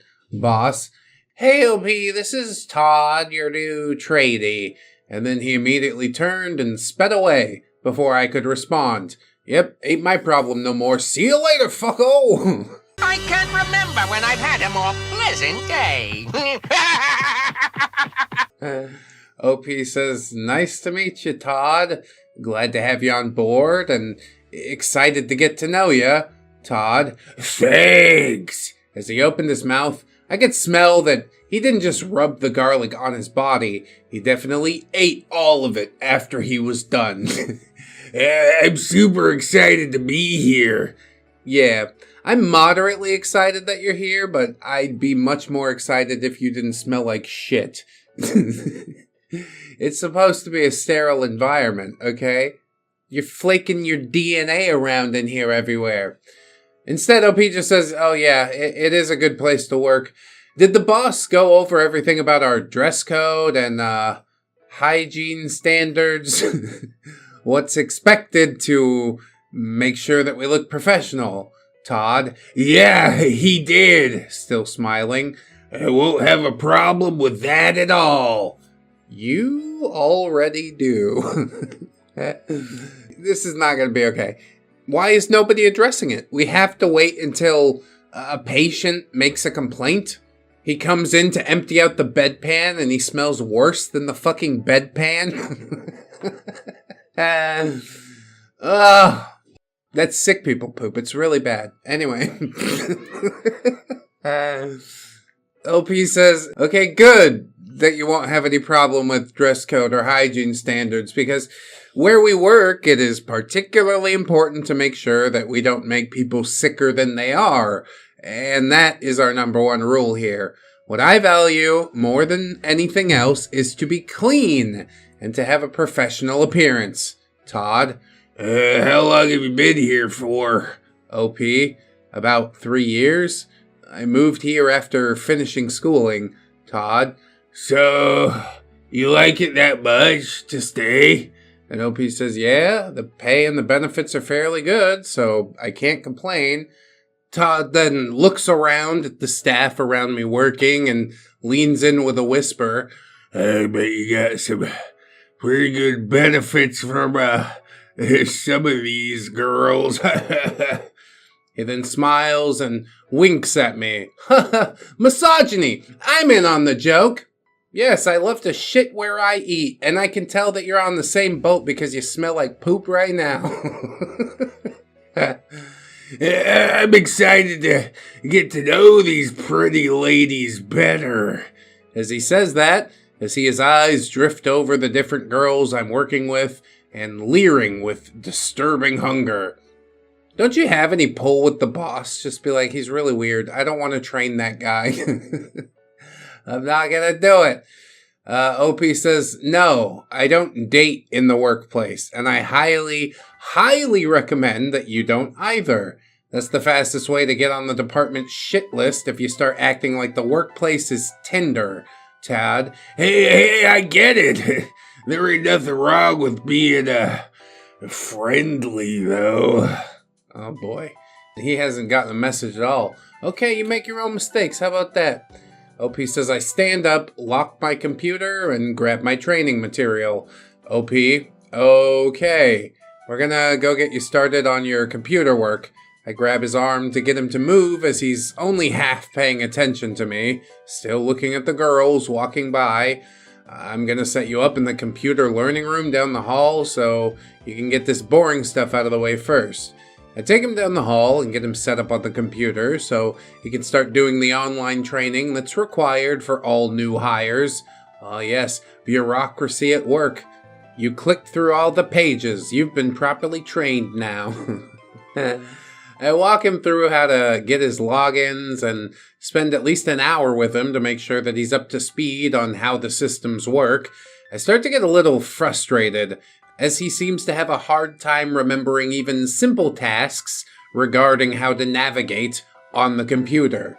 Well, he's never been on a computer before. I refuse to believe that he's gotten to this point without ever being around a computer. By allowing him access to a work computer, we might have just opened the floodgates. This might be the end for humanity. We don't know. I understand that people can have a hard time with technology, and I'm more than happy to help, but this kid is around 19 years old, and he's acting like he's only been in front of a computer a handful of times. OP, are you doing alright? You seem distracted, and yeah, you're kind of struggling with this. Todd? Sorry. I keep thinking back to all those pretty girls I saw out there, and it just makes me excited to get to know them better. Ew, dude. What the is wrong with you? How about you fucking keep your dick out of your hand and get this out of the way first, alright? One step at a time. I don't know if this fella is actually trainable. We'd be better off with a circus chimp. OP says, well, okay. Stop thinking about them and focus on what I'm telling you, alright? Todd? Okay, I'll try, but it's hard. Ew. Also, I'm hungry because I haven't eaten anything in like 2 hours. Can I get a snack? 2 hours? Boy, you ain't gonna starve. Get the fuck to work. OP says, I'll grab you a sandwich and a Coke from our break room. Any questions before I go and get it?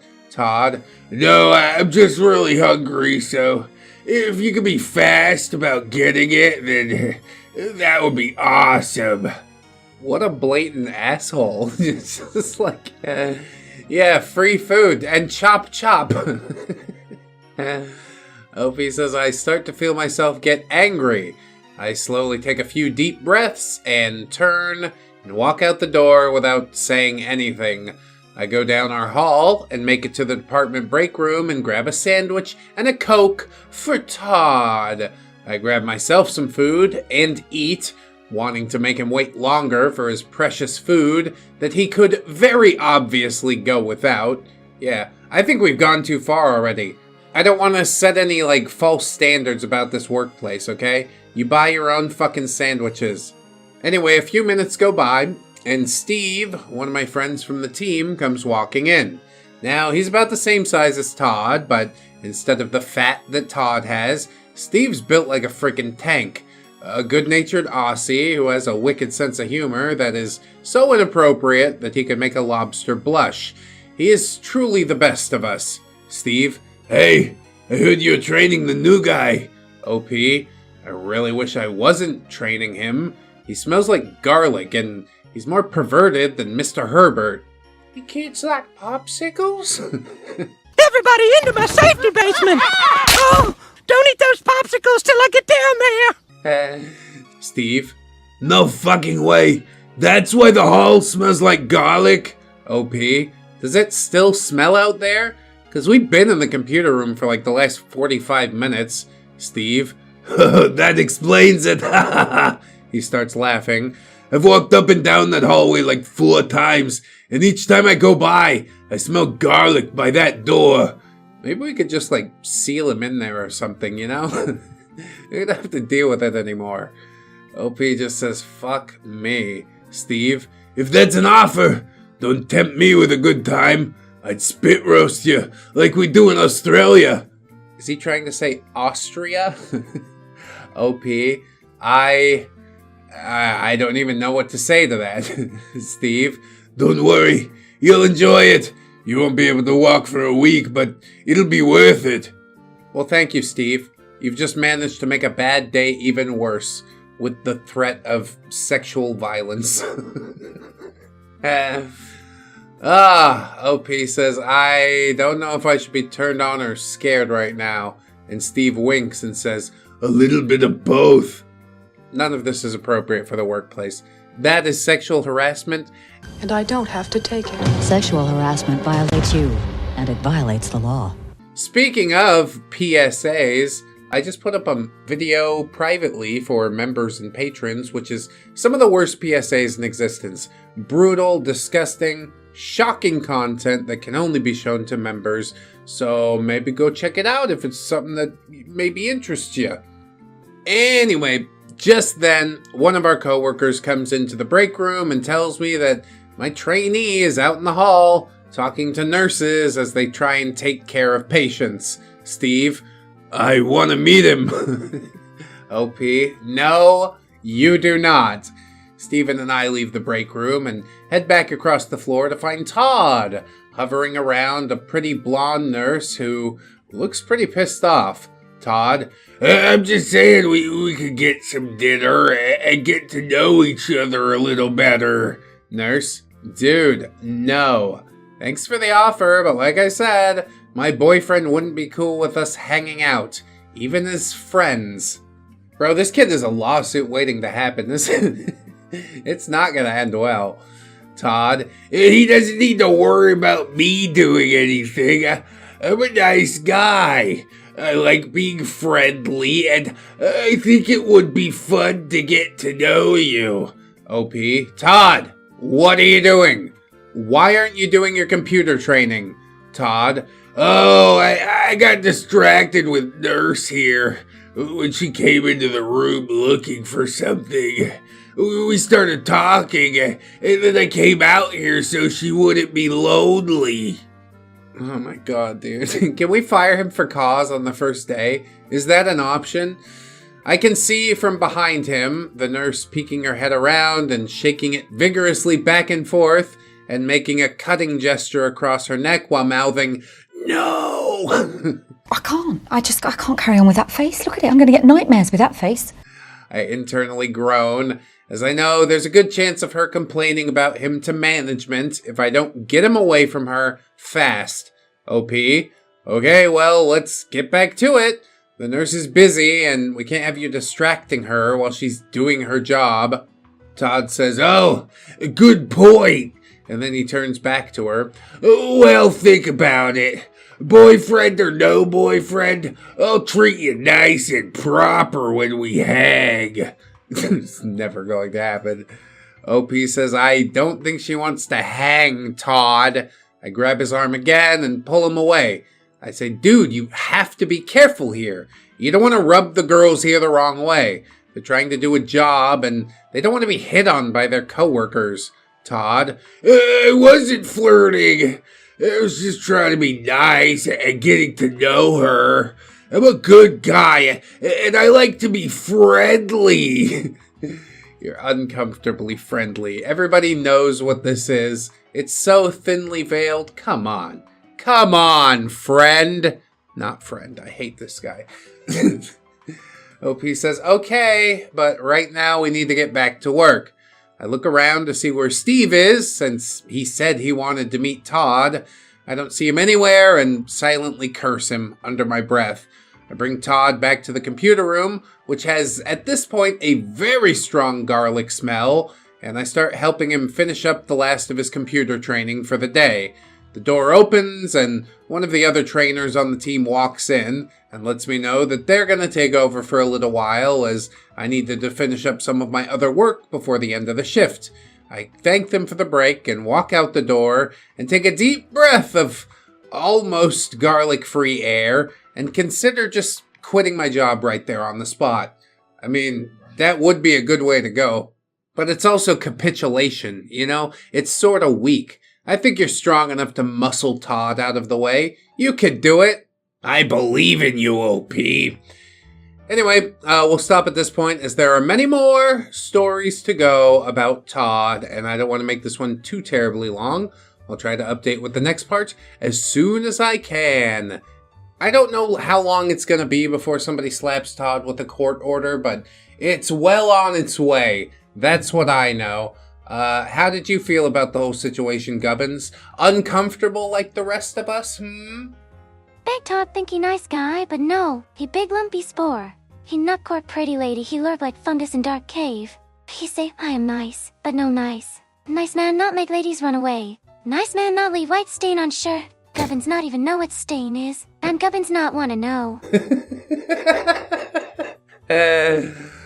Yeah, that's a good point. I'm not asking questions about the white stain either. We sort of all know, but just confirmation's gonna break my faith in humanity even further. Although maybe that's the whole goal. So let's move on to the next part and we'll see how that goes. Sir Todd Part 2. Rose by any other name. And yeah, I'm gonna keep on Todd's emo hair for the rest of this thing, I guess. Thank you for everyone for your support and feedback from this story. I have many months worth of stories from our wonderful friend Todd. Some have brought up the question of how Todd was able to get the job, even with having poor hygiene. In short, the majority of the hiring process done by our company is done virtually, and there's very little in-person interaction prior to orientation and training. See, a little hitch in the system there, huh? Now, I can only assume whoever did the on-campus interview had lost all sense of smell, but somehow Todd passed the smell test initially. I also would like to mention that yes, I have been rude to Todd on many occasions, and I could easily be considered an a-hole for treating him the way that I have in the past, but personal hygiene is one of my pet peeves, and I struggle quite a bit when I work with others who don't take pride in their appearance or their personal well-being. Yeah, see, that second one's really important. Appearance I give a fuck about, but well-being it's all important. Like I said, don't you want to wash your hair? So it's a quality of life thing. Come on. With all that being said, I do not go out of my way to be mean to Todd, but simply put, I have a quick tongue and a gift for making colorful insults. When given the chance to let one loose, I usually take advantage of the opportunity. Enough about me being a dick, though, and let's continue on to our next story. As always, I do realize that my story could be categorized as a neckbeard story, but I see it like a 50-50 toss-up, so I'll let the audience decide.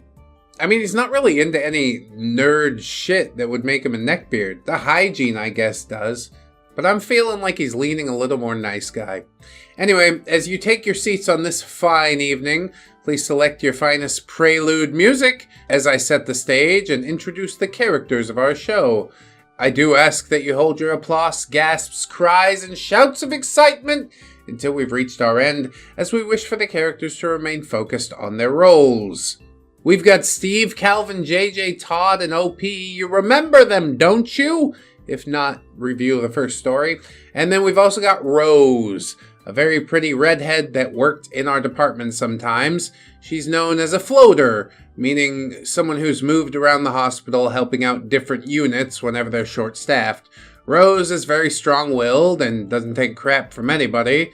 Rose stands approximately 5'7", with bright red hair down to her shoulders, and is about 105 pounds soaking wet.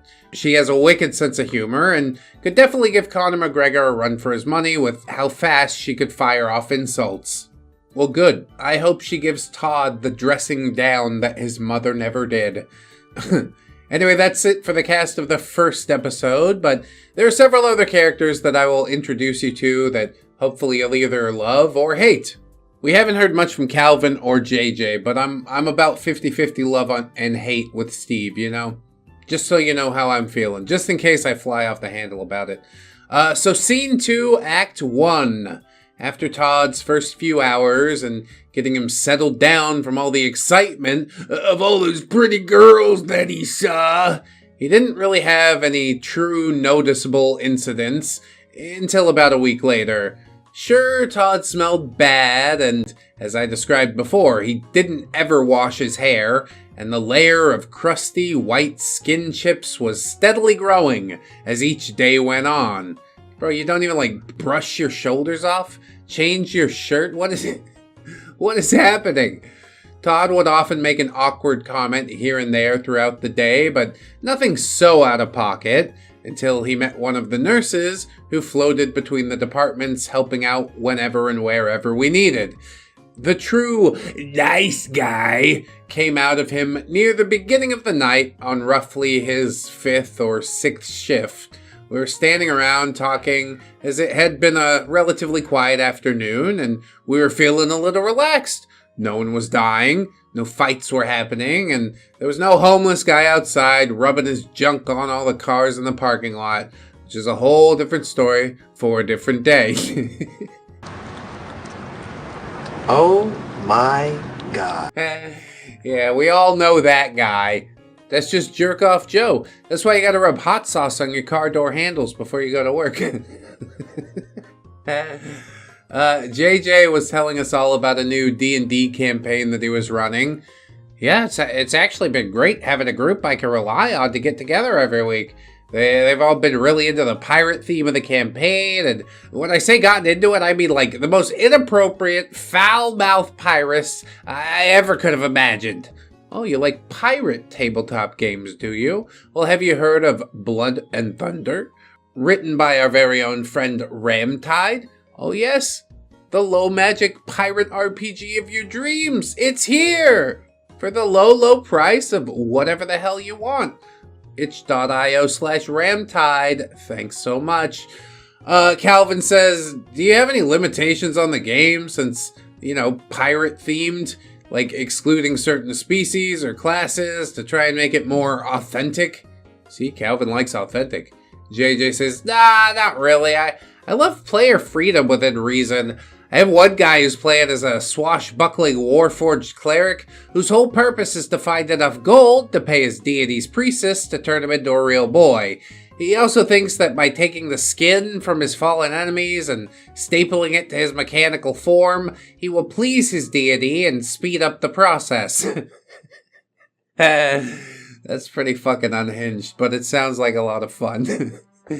We all end up laughing at the horrifying idea of having a sword-wielding robot come raiding your ship or town with bits of human skin dangling off of him, yelling, I am a real boy! I am a real boy! Terrifying. The stuff of nightmares. Steve? Oh, holy shit, that's gonna haunt my dreams tonight! OP, I think I just figured out what my next character is going to be. Todd? I don't get what's so funny about that. Why would a warforged have a deity? Why would he be a pirate? You should have shot that down. It's a stupid idea. Okay, here some of Todd's neckbeardism is coming out. He's keeping up in a conversation about nerd shit. And while maybe it's possible he has a point, my counterpoint is, fuck you, my game. JJ tells him, dude, it's just a game. I don't care about things too serious, and yeah, it's a freaking awesome character. Honestly, his whole backstory has given me so much content to work with. Todd? Dude, I don't know if you're new or just lazy, but that is terrible GMing. No one wants that stupid robot in their game. I'd invite him to the game. Steve, will you fuck off? It's not your game and not your character. No one cares that your daddy didn't love you enough to come back with the milk. You just got roasted. Oh, just savagery. Also very true, but very savage. Love to see it. Todd opens his mouth to say something back. Steve, let me stop you right there. He holds up his massive Australian kangaroo crushing hand. No one asked. No one cares. No one ever will. Alright, I'm coming around on Steve, okay? That's what I'm talking about! That's why he's the GOAT! The GOAT! Now, if you want to know what a kicked puppy looks like, that probably would be the best way to describe the look that came over Todd's face. His shoulders slumped, and he looked absolutely defeated. Well, that's good. That's awesome. He's done. He's cooked. Quit. Find a new job. Put the fries in the bag. You're capable of that, ain't ya?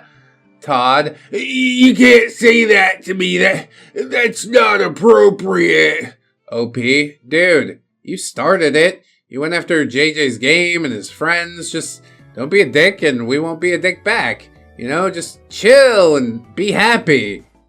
Well, to be fair, OP, it does seem like a bit of an escalation, you know? He's ripping on, like, the D&D games that you have, and you're ripping on the fact that his daddy left him. One is significantly more personal, although I do agree with the tagline of just fucking chill and be happy. Is that so hard? Apparently it is. Todd huffs, glares at us, and storms off down the hall around the corner. Calvin, walking down the hall, past Todd towards us. Why does Discount Rocky Balboa look like he's gonna cry? OP. Steve said mean things to him. Steve. I told the truth! He can go angry masturbate for all I care. Is that a thing? Is that a thing people do? Have you done that before, Steve? Internet check. Let's go. Aw.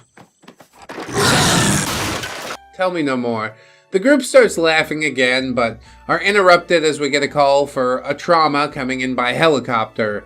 And with that call, for the next couple of hours, we were busier than we had been all day, running around making sure that this high priority patient is taken care of. Everything finally winds down, and then we get back to our regular work. OP finally sitting down after having to actually work for money. I am so tired. Can I go home?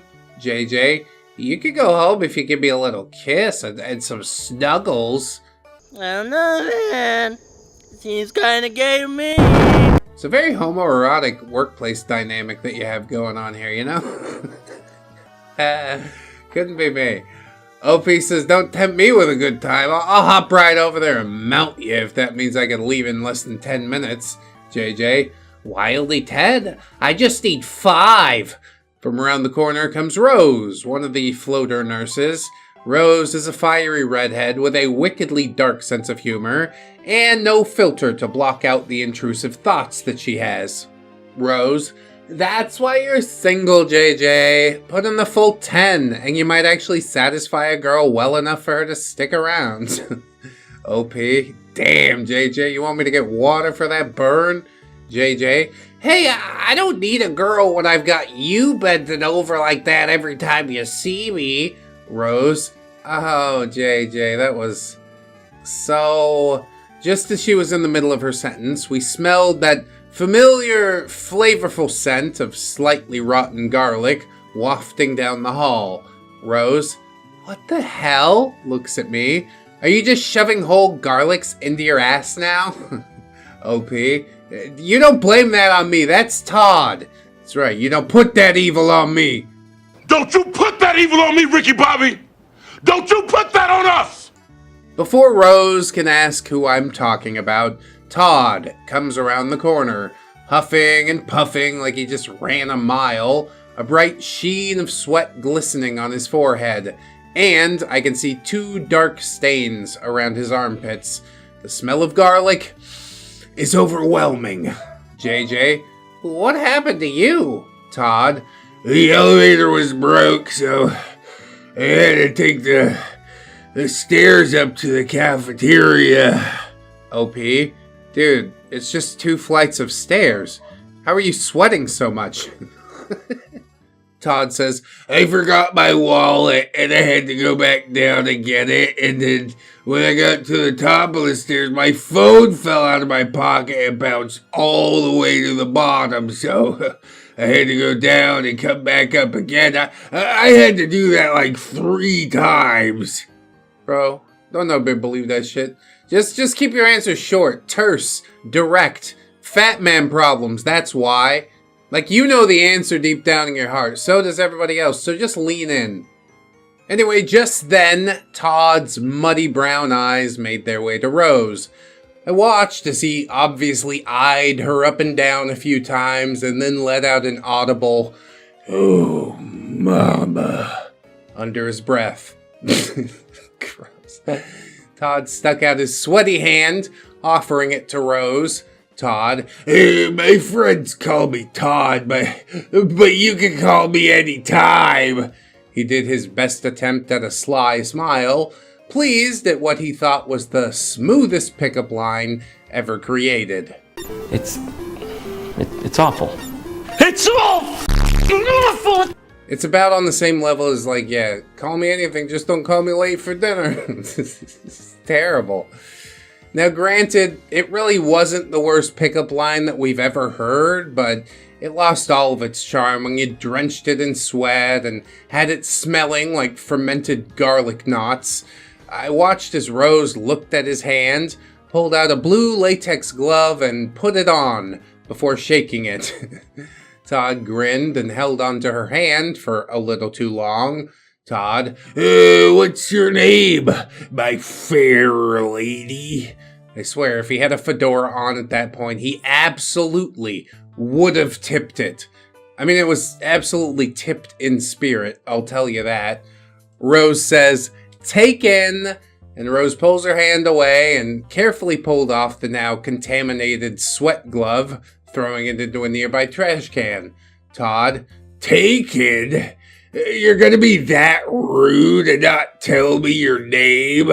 Rose, "Not when you call me fair lady. Besides, OP over there is my boy toy. We are not together, and I have no idea why she said my name. Because throwing coworkers under the bus is fun."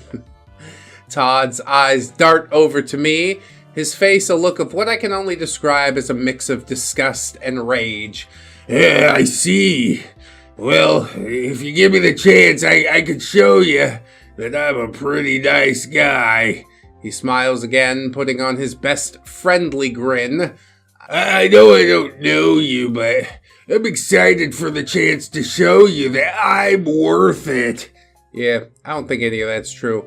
And the friendly grin probably looks more predatory than anything. Rose takes a step back and says, yeah, I'm gonna go." And with that, she turns around and walks down the hall. Smart lady, gotta get the fuck out of here. Todd turns to me. "How did someone like you get that gorgeous specimen? You're an asshole." OP, she just likes me because I'm autistic. Todd takes a deep breath. "You don't deserve her." OP, probably. She knows what she wants, though, and it's clearly me for whatever reason. And I wink at him. Todd, "Whatever. She needs a real man, a nice guy, someone who can protect her, someone like JJ helpfully suggests, a knight?" Todd says, "Yes, I will be her white knight, and I will save her from you. She'll see that she deserves a real man like me, that'll treat her right, and give her the kids that she deserves." Wow, we jumped to the kid thing really fast, didn't we? That escalated quickly. I mean, that really got out of hand fast. Okay, well, good luck with all that there, JJ. "You'll be her knight in shining denim." Todd looks at JJ. That's better than your stupid pirate robot. And with that, he turns and walks off again. Oh yeah, dude, Todd only has the sickest burns. Your pirate robot is stupid. I told him. I definitely won that one. I'll stop this part for now. It's getting a little long, and I don't want to spoil the next part for you guys. Once again, thanks for all the support you've given so far. Once again, I will try to upload the next part within a day or two. As of yet, that third part has not come, but again, I do think that this was fairly competently written, and it is interesting. I love seeing some co-worker interactions. So yeah, come on back anytime. You can DM me if you post a thing, and you know, I'll put eyes on it a little bit quicker. I still think Todd leans more nice guy than neckbeard, but the comments can debate that one out, I'm sure. And of course, as always, I'd like to know what Gubbins thinks, because yeah, Gubbins does consider these things now. We've got 2 points of view, so go ahead, tell the people how all that made you feel, would you? Why Todd thinks sweaty body and smelly shirt make good mate call? No lady want touch damn garlic man. No lady want white stained shirt night. He say fair lady, but she run away. Maybe if he wash, maybe if he clean, maybe if he not look like cheese left in sun. Host, Gubbins have plan. We send soap squad. We deploy shampoo strike. We dump bucket of clean on Todd. No more garlic cloud. No more stink. No more white stain mystery. Gubbins will save hospital from biohazard.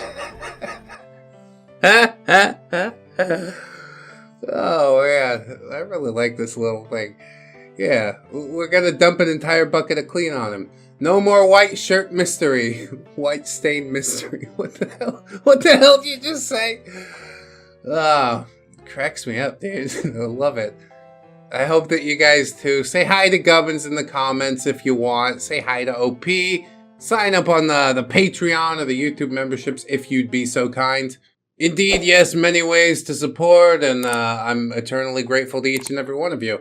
We put a whole bunch of new merch up on the fourth wall. Check it out if you'd be so kind. But even if you don't, I still hope that you remember, friends, that you are loved, you are worthy. You definitely deserve it, and I shall see you in the next one. So until then, bye-bye.